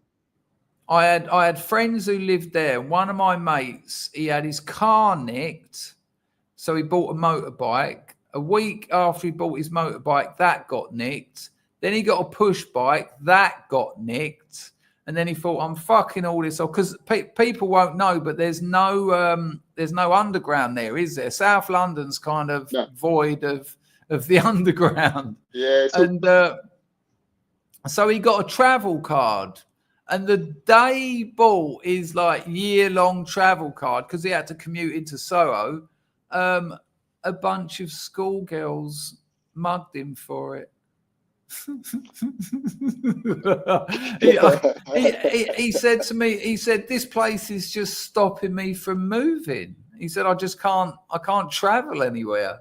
But no, I'm not so filled in on that part. The only reason I know Camberwell Grove is nicer because I've got some rich friends who live up there. Is that up the Denmark Hill kind of area, or have I got that wrong?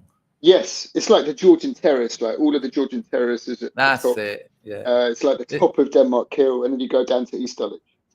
That's it. And you've got, what is it? Is it King's College King's College Hospital? Is that up there? Yeah, man, that's on Denmark Hill. Yeah.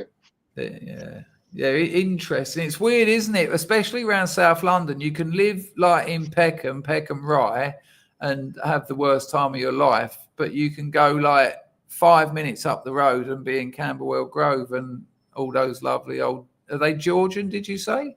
Yeah, it's like a Georgian terrace sort of conversion. Wow. Yeah, it's beautiful. Like the place opposite my place was a squat. They used to have like a pig farm, and it used to be like a crazy like squat.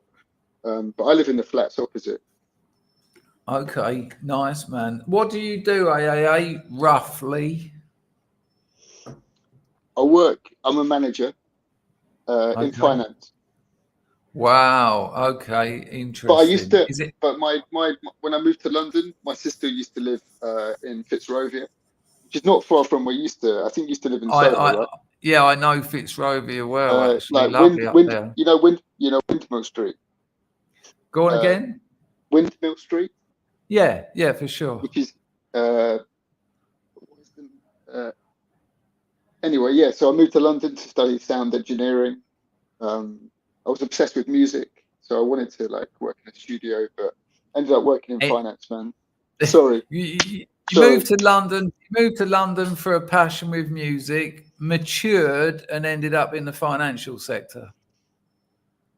Exactly. Yeah.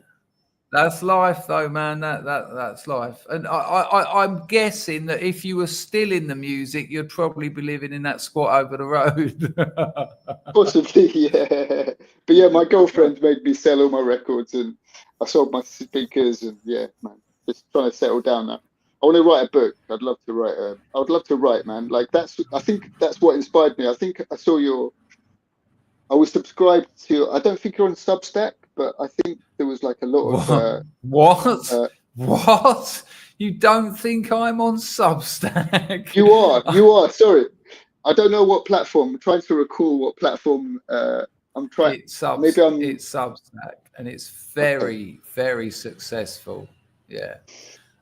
So hang on. You'd like to write, but you don't. Exactly. Well, just do it. Just write. That's all there is to it. I won't patronize you with advice, which is a weird thing to say because I'm about to patronize you with advice. But perfectionism is the death of creativity.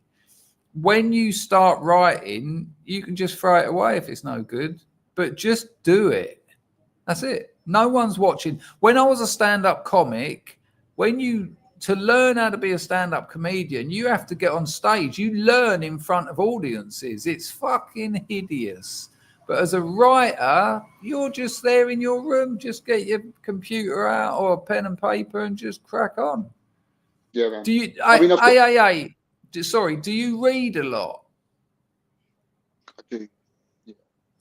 Well, that's brilliant. I mean, that's one of the best ways of learning how to write. What sort of stuff do you read? I mean, I've got the shape. Like basically, the thing that I've got is I want to write. I want something like I want a tribute to. I don't know if you're familiar with Terence McKenna. Terence McKenna? Yeah. What, like the hippie? The psychonaut. Yeah, that psychonaut hippie, you know. he was a bard. Like he was a bard. So he's very, for me, like a very strong figure when I was in my 20s, smoking a lot of weed, and he has a lot of speeches, a lot of recordings online that you can get into. But he is a hippie though. Let's have it right. Yes. I mean, I don't mean that as a pejorative, but psychonaut is a better term for sure. When you say you want to write, do you want to write fiction or do you want to write stuff like Terence McKenna? I think it's more like a screenplay. Like I'd love to adapt it into a screenplay. I've got a friend who is an independent movie maker, and I'd love to write something that could be you know, Do you that would know how, progress do you know into how to write? Do you know how to write a screenplay? I don't. I'm not. You know, I'm not. You want to get a bit of software called Final Draft. You can get it for free these days, and it is perfect. It you know, you get your transitions, you get your action, you get the dialogue, you get your internal 4 o'clock, blah blah blah, and it's the whole format, which is the industry standard format for writing screenplays. I don't like writing screenplays because as a prose writer, I mean, I used to have a literary agent for writing screenplays, but you know, directors want to make that movie. They don't want you to tell them what people are wearing. They just want you to give them a skeleton, and I find it really hard. And the other thing was, I submitted about 5 treatments and about 4 complete screenplays to the likes of Miramax and a couple of others, and they all got turned down. And 4 years later, I saw those films made. And it's the weird reality of that game. You know, you have to show them your treatment. You have to show them the work. And then they're like, this is a great idea. But rather than give this unknown bloke the money, I'll just get my friend to write it. And that's a fact. But what I would say is just do it. Do it. Yeah, man. I mean, I don't know how much How old are you? I'm 42. It's time, man. It's past time. Go on, start writing a screenplay. Bless you, man. Well, can I ask you, are you a plotter or are you a pantser? What's that? Clarify. So are you writing on the seat of your pants, or do you plot the story beforehand? I think I'd be writing on the seat of my pants, man. Yeah, that's. I mean, that's I've got the shape of it's formed. I mean, the title is called The Button, and it's a. I'm trying to explore the idea where society divides into 2 parts, and it's about people who want to. It's about values in terms of do you want your existence to have a point in the future where you decide, okay, this is my end, this is the end, and you can decide, okay, I'm going to cease in terms of my existence. So 45, 55, and the impact of that on society. And then people who want to stretch beyond that and decide, okay, I want to live, you know what some people are like, they want to live forever. So it's about like people who just want to expire at a certain stage, and it's predetermined, or they want to not have that option, and the sort of ideas that come out of that. Would you know what I was talking about if I said the carousel is a lie? No, I wouldn't. There's a great movie called Logan's Run, and because they're trying to control the population, there's this idea, everyone's got this little crystal embedded in their hand. And when you get to, I think it's when you get to 30, the crystal starts beeping. And when that happens, they all it's called the carousel, and they all rise up. And the idea, it's kind of allegorical, but the idea is they're going to heaven, when in truth, they're just being killed because they want to maintain population control. And there's a great bit, is it Michael York, I think? And he goes, when they're all going up, and it's like carousel in 5, carousel in 4. And he goes, the carousel is a lie, I tell you, it's a lie. And it's got a similar, I'm not saying that you've copied it, obviously, but it's a similar thing where there's no old people there, but I think it's Michael York. Some Pags will probably know, or Latos will know. They actually, 2 of them escape, Jenny Agutter and I think it's Michael York. They escape and they meet Peter Ustinov. It's not Peter Ustinov, obviously. It's the actor. Peter It is Ustinov. Michael York, I know. There you go. And it's the first old people they've ever seen, because as far as they've grown up in a world where, you know, you die at 30, but you sort of go to heaven. But listen, just do it. Just write it. I mean, have you ever sat down and started? I have. I mean, I did.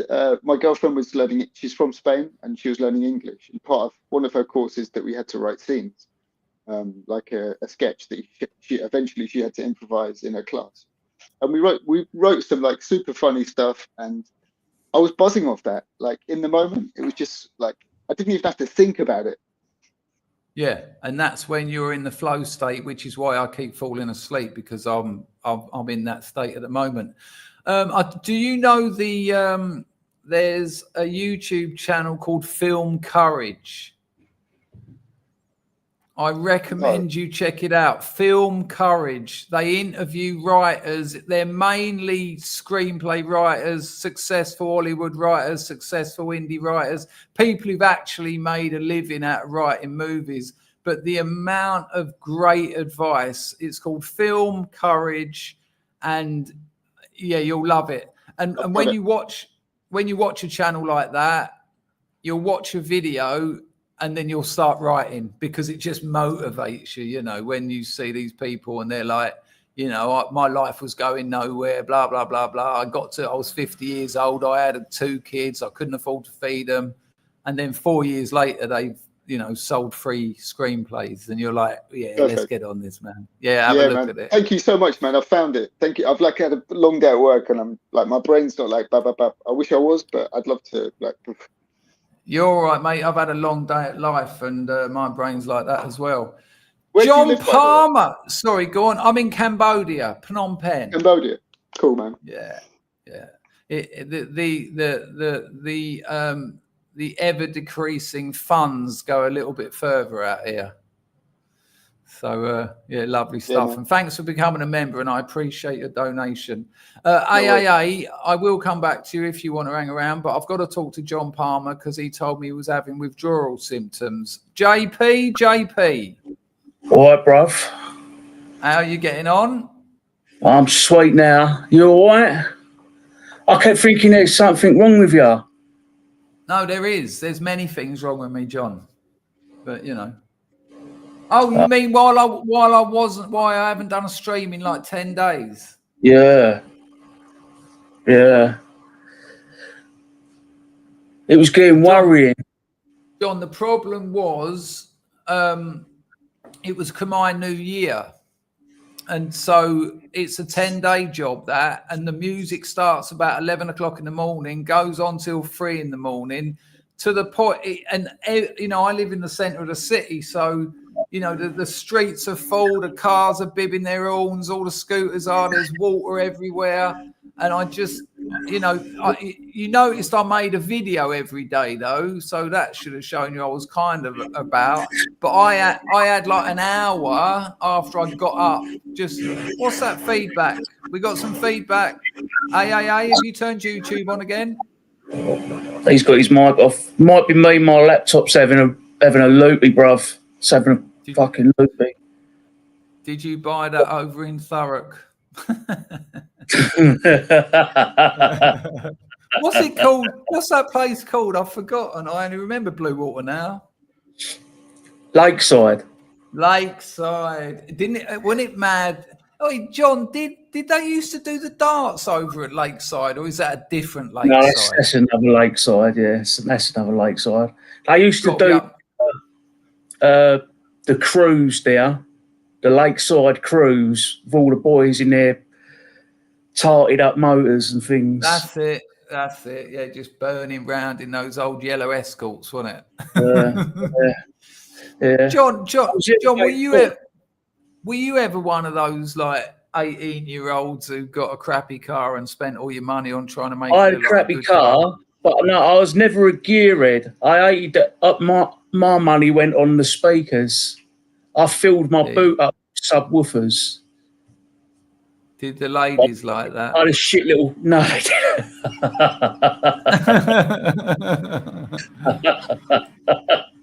Oh, this proper old banger Fiesta that I put pepper pot wheels on because I thought I was well cool and that. And then I just filled the boat up with subwoofers.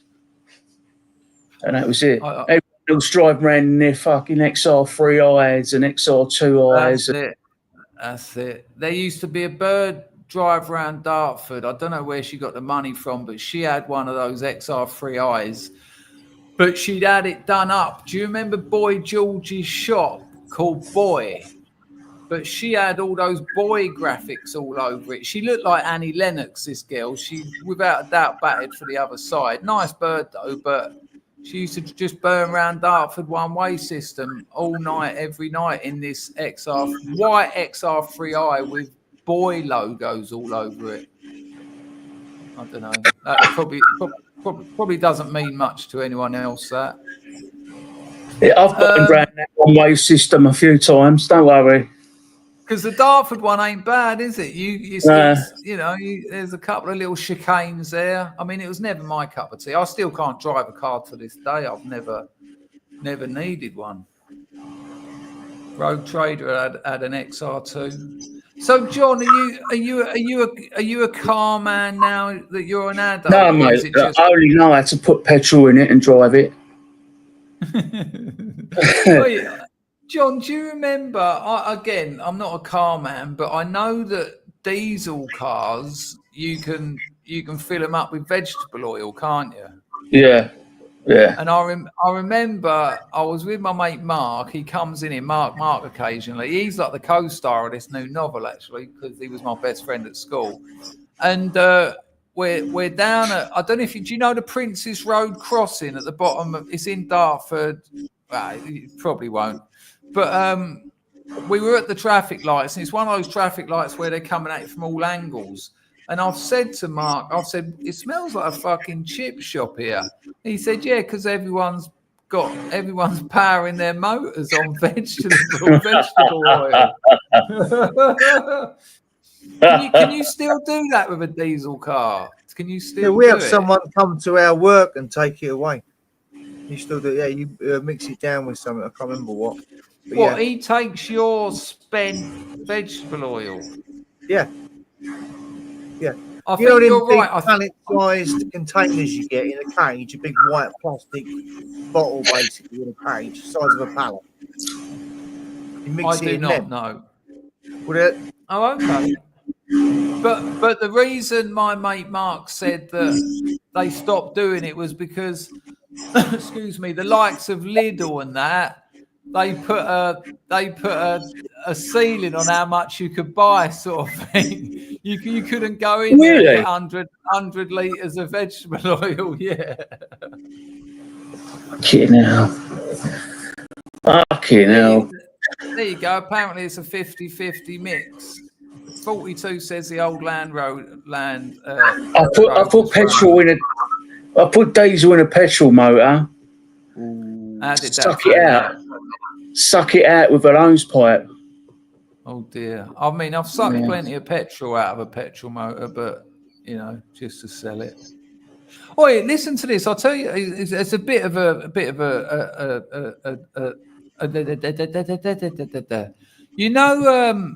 medicine like Benylin and all that. You know Benylin when you had a cough as a kid and you had. Oh yeah.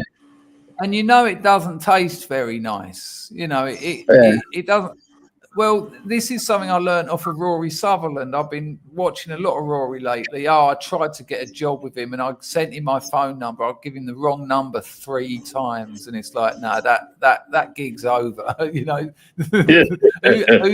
to employ someone who sent the wrong number 3 times? But he was saying that the reason medicines taste bad is because if they don't, we don't think they work. And this has come from research as well. Like, there's no reason for medicines to taste horrible.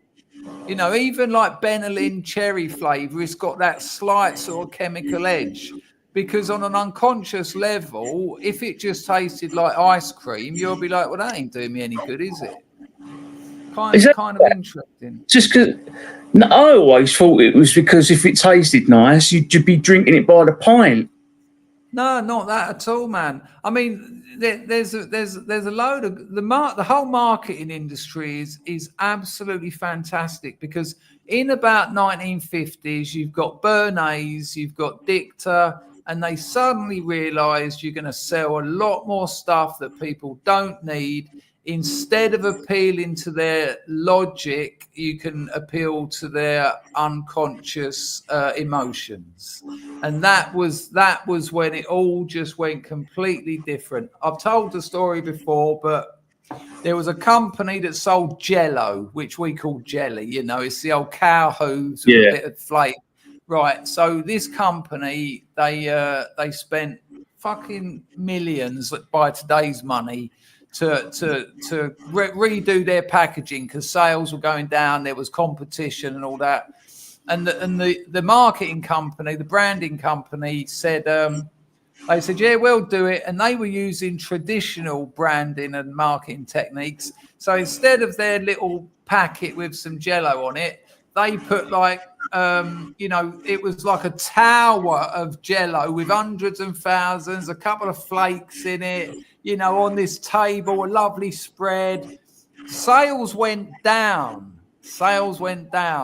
So they go to this Ernest Dicta fella, and this is in that book, The Hidden Persuaders, which everyone should read. And he said they'd done all their focus groups, they'd done all their depth probing. It was called depth probing. Hang on, where's that feedback coming from? Because it's fucking awful. Is someone watching YouTube? No. It's me. It's my computer. John, can you turn your microphone off when you're not talking? Because that will probably, you can turn it. There you go. It's gone. When you talk, just turn it back on. But so Ernest Dicta, he'd done his focus groups, he'd done his depth probing, he started working out what makes people really select that one over that one. And he said, right, get rid of this fucking 3-tier Jello thing with the hundreds and thousands. He said, because this is what's happening. That housewife who's got her Hoover up, do all the washing, look after the kids, pick them up from school. When she sees that box of jelly, and it's got this elaborate 3-tier fucking, she's like, there's no chance in hell that I've got time to make that. No. And Ernest Dicta said, put a little plastic bowl on the cover with jelly in it. And then when she looks at it, the kid goes, Mum, can we have some jelly? Because the kid knows what jelly is. The mother looks at it and thinks, yeah, I can boil the kettle and pour it on that cow hooves and let it set. Yeah, sales went through the roof because they're dealing with the unconscious rather than with unconscious emotions rather than sort of logical. The logical angle is that if you make this Jello look like you can produce these wonderful things, this is great, this is the one to buy. But no, because it made the housewife think she's got to live up to what was on the cover of the Jello. Incredible. I used to have a mate he used to pour cowpole on ice cream. Cowpole? What, that stuff? Hang on, is that the stuff you put under your pillow to help you sleep? I think it's a mild like paracetamol mixture. But it's what you give to toddlers. That's it. Purpley blue colour. Yeah. Hang on. Wait. Hey, did he put it on ice cream to feed his kids or because he liked it? That was his thing, man. I think it was the strawberry flavour. He liked that slight medicinal flavour. I mean, it doesn't taste like medicine. I think, but there's a bit of that in all of us. When you buy a new magazine and that sort of smell of cellulose is lovely, isn't it? You just have a right old huff of it. Do you know what?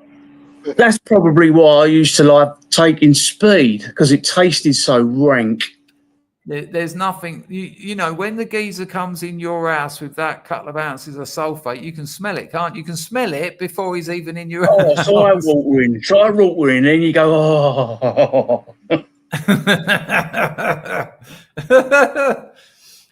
JP, have you ever done any writing? Nice one, LC350. That's half a brick. You get me another 10 spot in another stream or something, LC350, you've got a brick, all right? Nice one, mate. People, I know I always see it, but LC350 got into lock picking and he's absolutely smashing it. It's a lovely story. Fair play. It's interesting you say that, John. Thank you, LC350, though.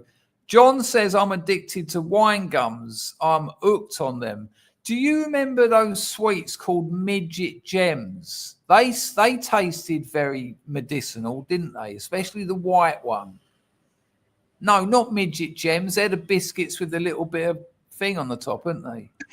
No, you are right. Midget gems, they still do them. Yeah, I don't like them because they're a bit. See, but I'll get when I buy them, I'll get either wine gums or the fruit pastels. I love a fruit pastel because you can't put them in your mouth without chewing it. You can't. What a great bit of branding that is. You know, try and eat one without chewing it, and you can't. Not because you can't, but because you forget. You know, I usually fill my mouth up with them. Like proper fill my mouth. Mrs. has got me. I fill my mouth up with them, as many as I can fit in now. See how long. Can't imagine why she has a go at you for doing that. Not in the least bit degenerate. The last time I had some fruit pastels was when I used to wake up and have a supertenants for breakfast, because unless I filled my mouth up with fruit pastels, that super tease is coming straight back out. Funny old thing, isn't it? John, have you ever tried writing?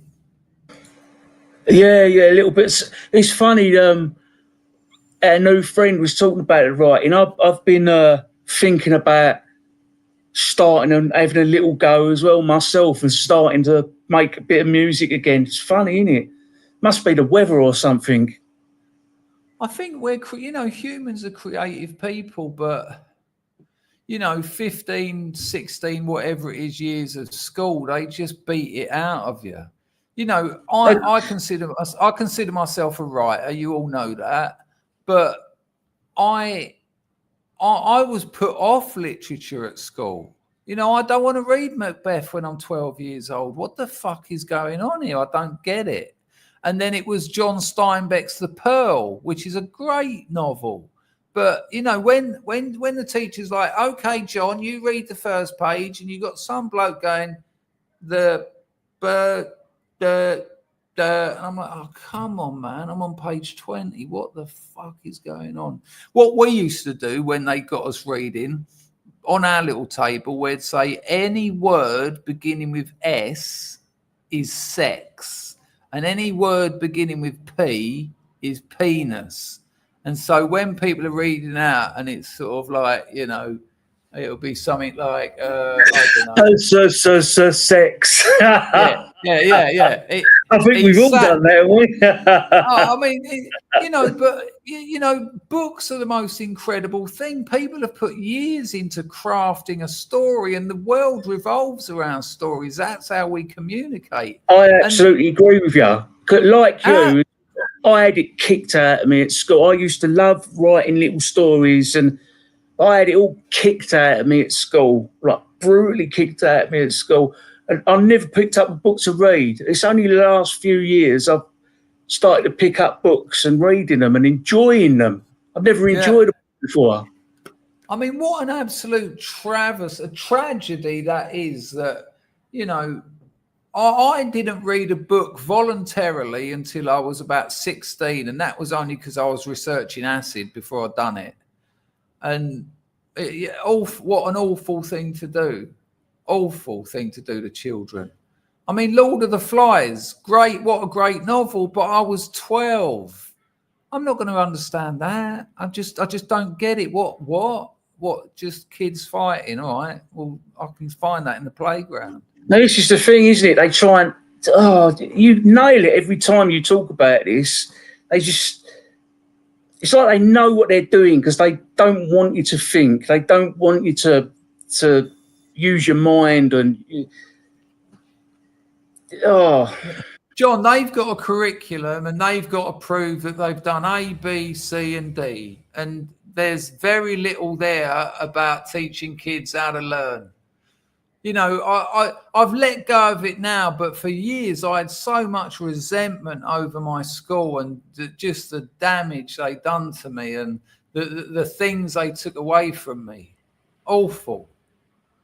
Absolutely awful. Okay, my sister she did a bit of teaching, and she said she had to leave it just because it's just so poxed up. It's just so poxed up. You can't teach. It's just, here's a book.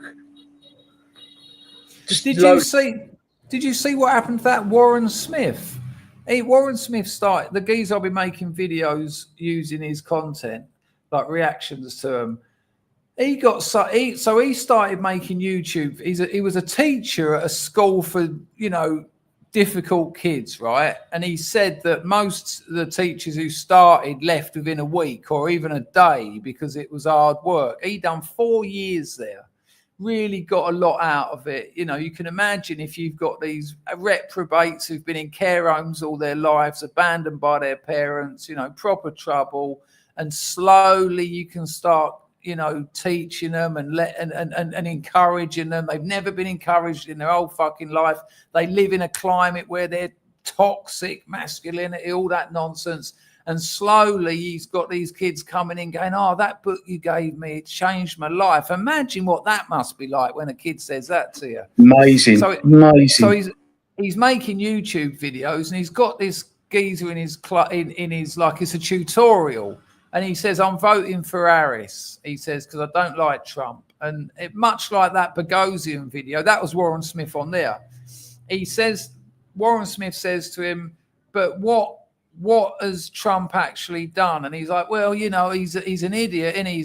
And again, Warren just says, well, can we be specific? Can you tell me something that you think he's done? And the kid can't. And over the period of about 20 minutes, the kid says, actually, I'm going to look into this again. And I've realized I've made my decisions based on things I don't know about. And that was it. They fired him. They fired Warren Smith because of that. Fucking hell.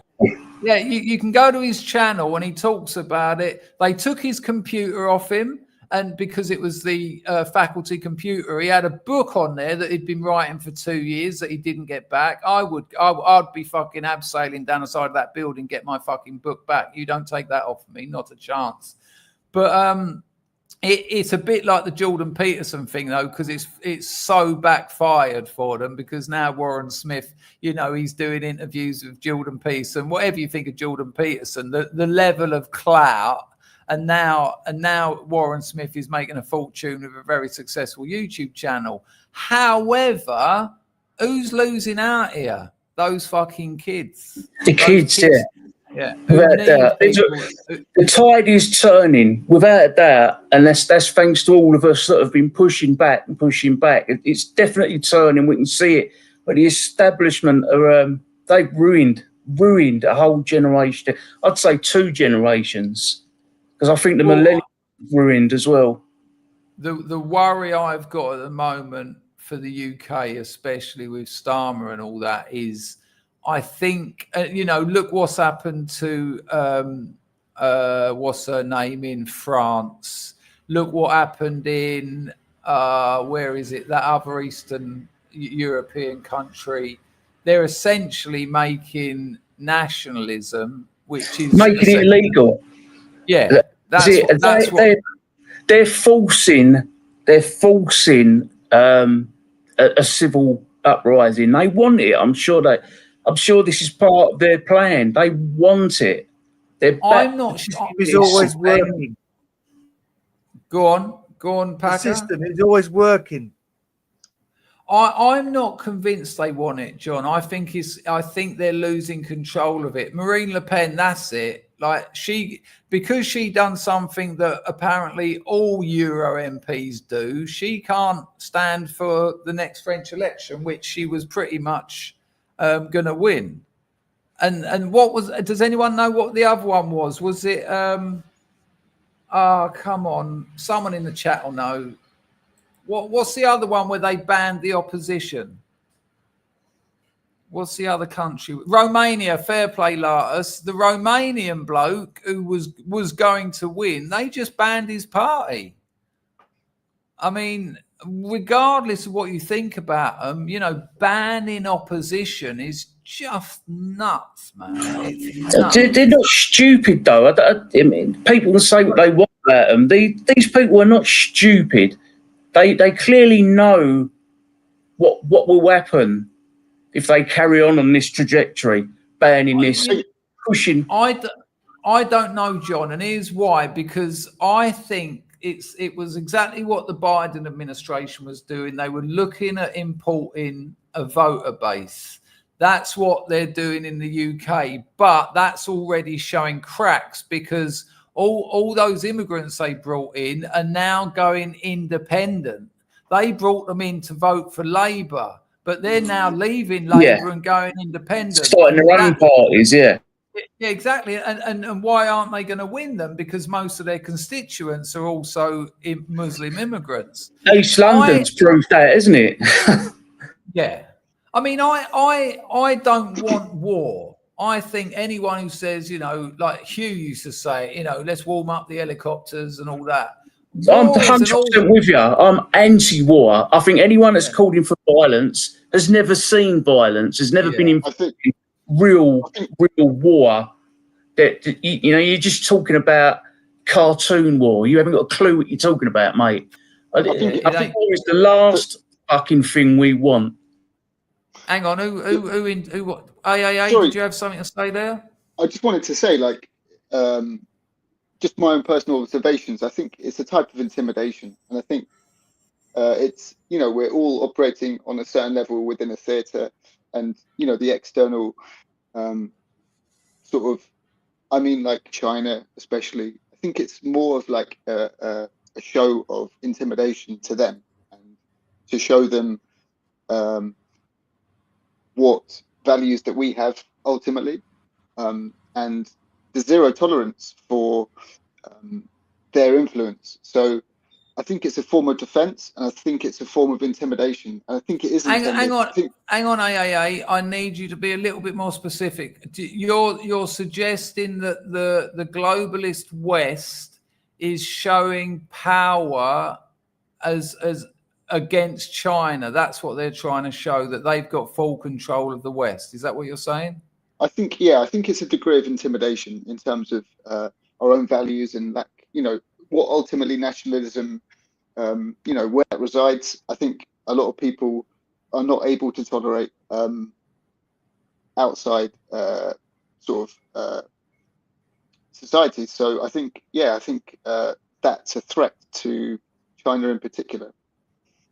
I'm not really understanding you, but not because it could be me. I'm not sleeping well lately, but I'm trying to understand how, for instance, Western Europe bringing in millions of people with very different values and behaviors, how does that help the West against China? I'm not saying you're wrong. I just need a little bit more information. I'm not sure. I mean, I think, I'm not on that side at all. I think we should bring people together, and I think we should have a degree of tolerance for, economic factors. But when you say we should bring people together, what do you mean by that? I mean, I don't think we should create boundaries. I don't think we should create these sort of boundaries for people to,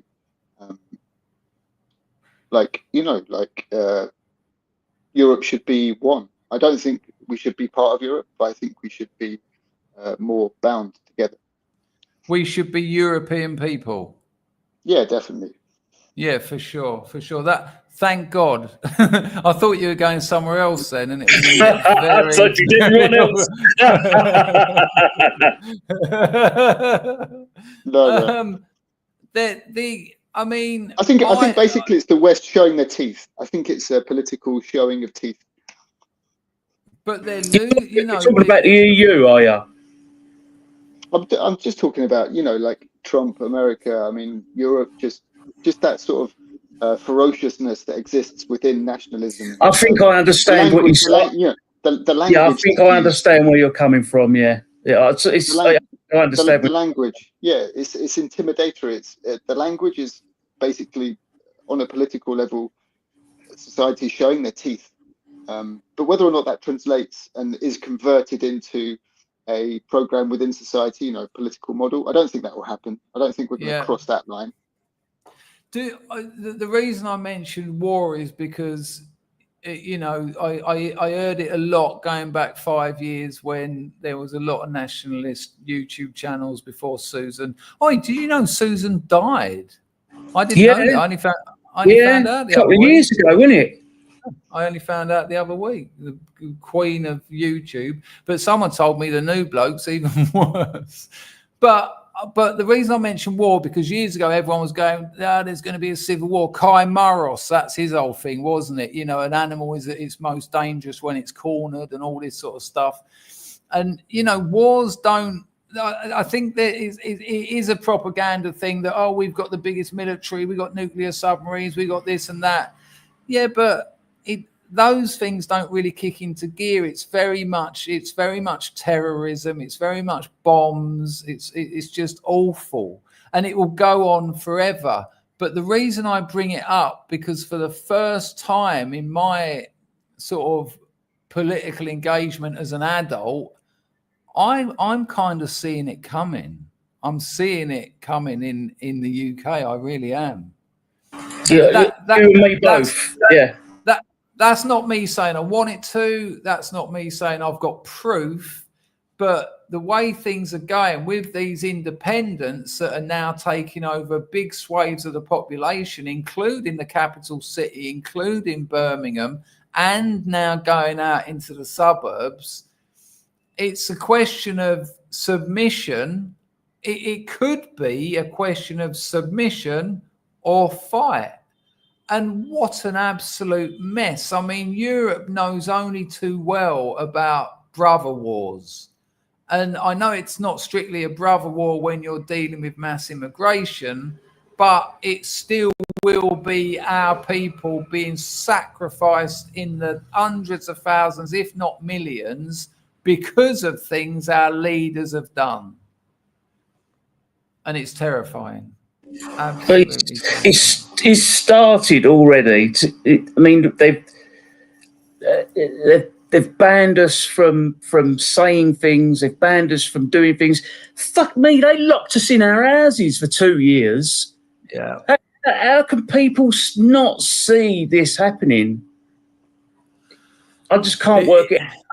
Honestly, can't work it out.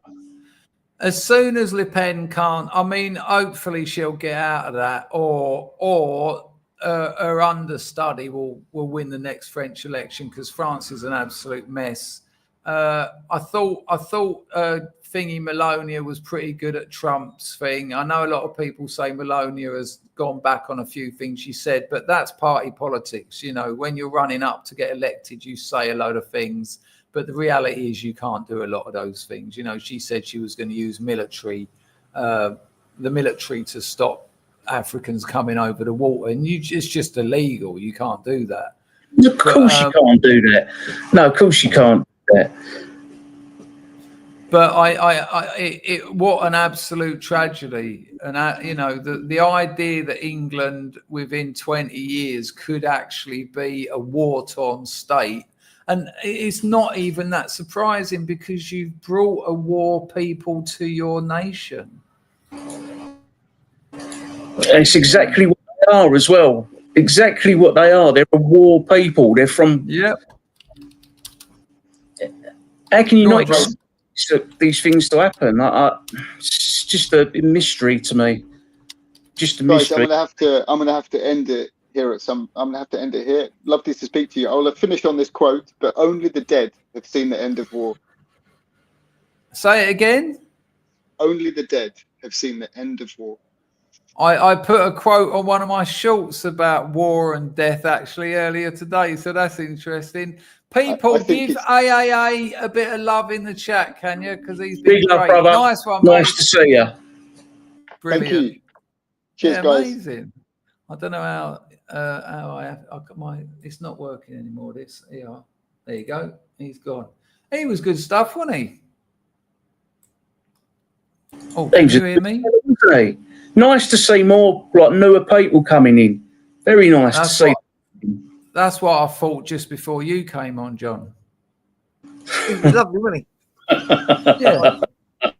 I mean, look, Packer's been doing this forever. John's been doing this forever. I've been doing this forever. I think it's quite difficult.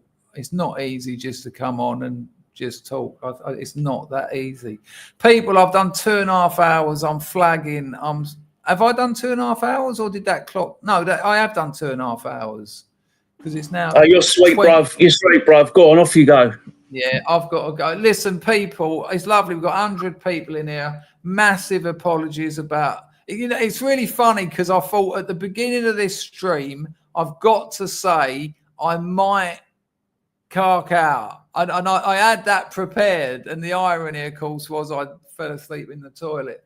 Thank you very much for hanging around. I'll put a bit of music. Anyone got? Should we do a bit of Alex? Should we do Alex? Yeah. Alex Jones? Do Alex. I'm off ski as well, I'm out of here. Nice to see you. JP. Yeah, no, come back soon, bruv. Because when you go away for a long time, I get ill. Hang on. Whoa. It's all gone crazy. Hang on.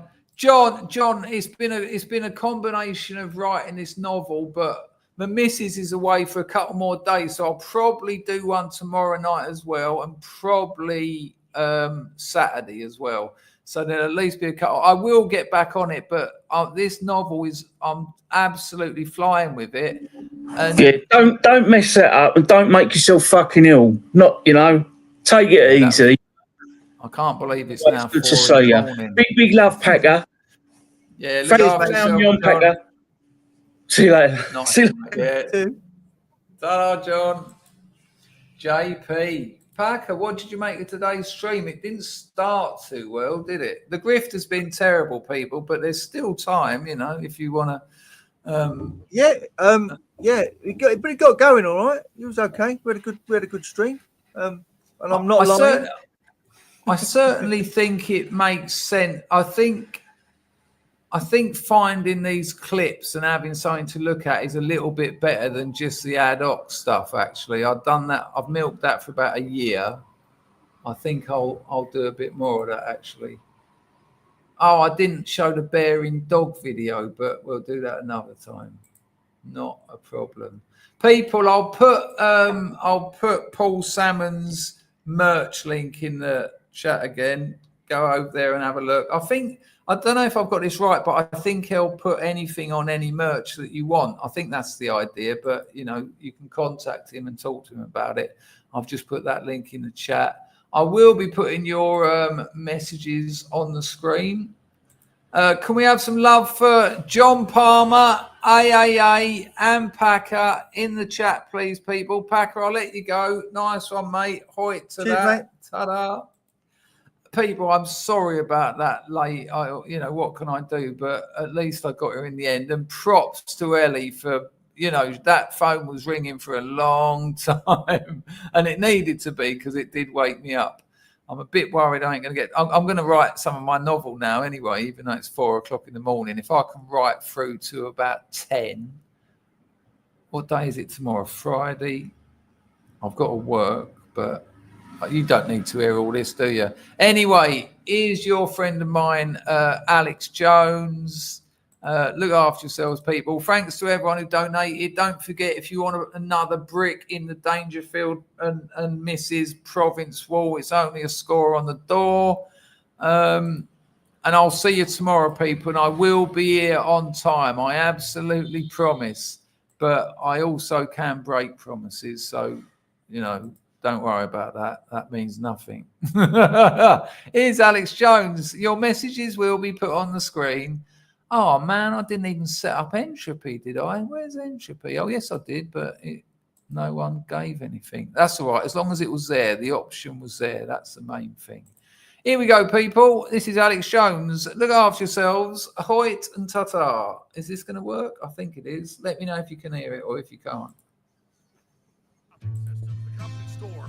Paradigm of absolute control. And that's why we're just out here doing simple things, pointing out that we're meant to be in nature and be natural. And this is where we find the source that God made to transcend the New World Order. And that's why they want to try to keep us out of it. I'm angry. I've had enough of these people There are bunch of Christian murderers scum. There are giant death factories keeping babies alive, selling their body parts. What more do you need to know about these people? I go out and face these scum. They literally crawl out from under rocks. They have green looking skin and they run around screaming, we love Satan, we wanna eat babies. I have them on video. Hillary's in the creepy, weird, sick stuff, man. She sleeps in the same room with that creepy, weird woman whose mother wears a hood over her head. That woman number one is ugly. Imagine how bad she smells, man. I'm told her and Obama just stink. Obama and Hillary both smell like sulfur.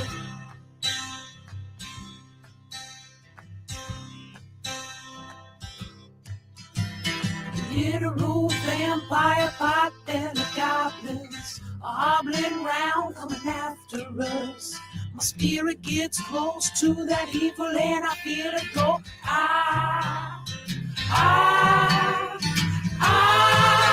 We're such self-centered crap, we don't even notice hell itself rising up against us. Millions upon it, people of the very worst type, and I'm so pissed. We're gonna stab your daughter at the mall. We're gonna stab your wife, your son.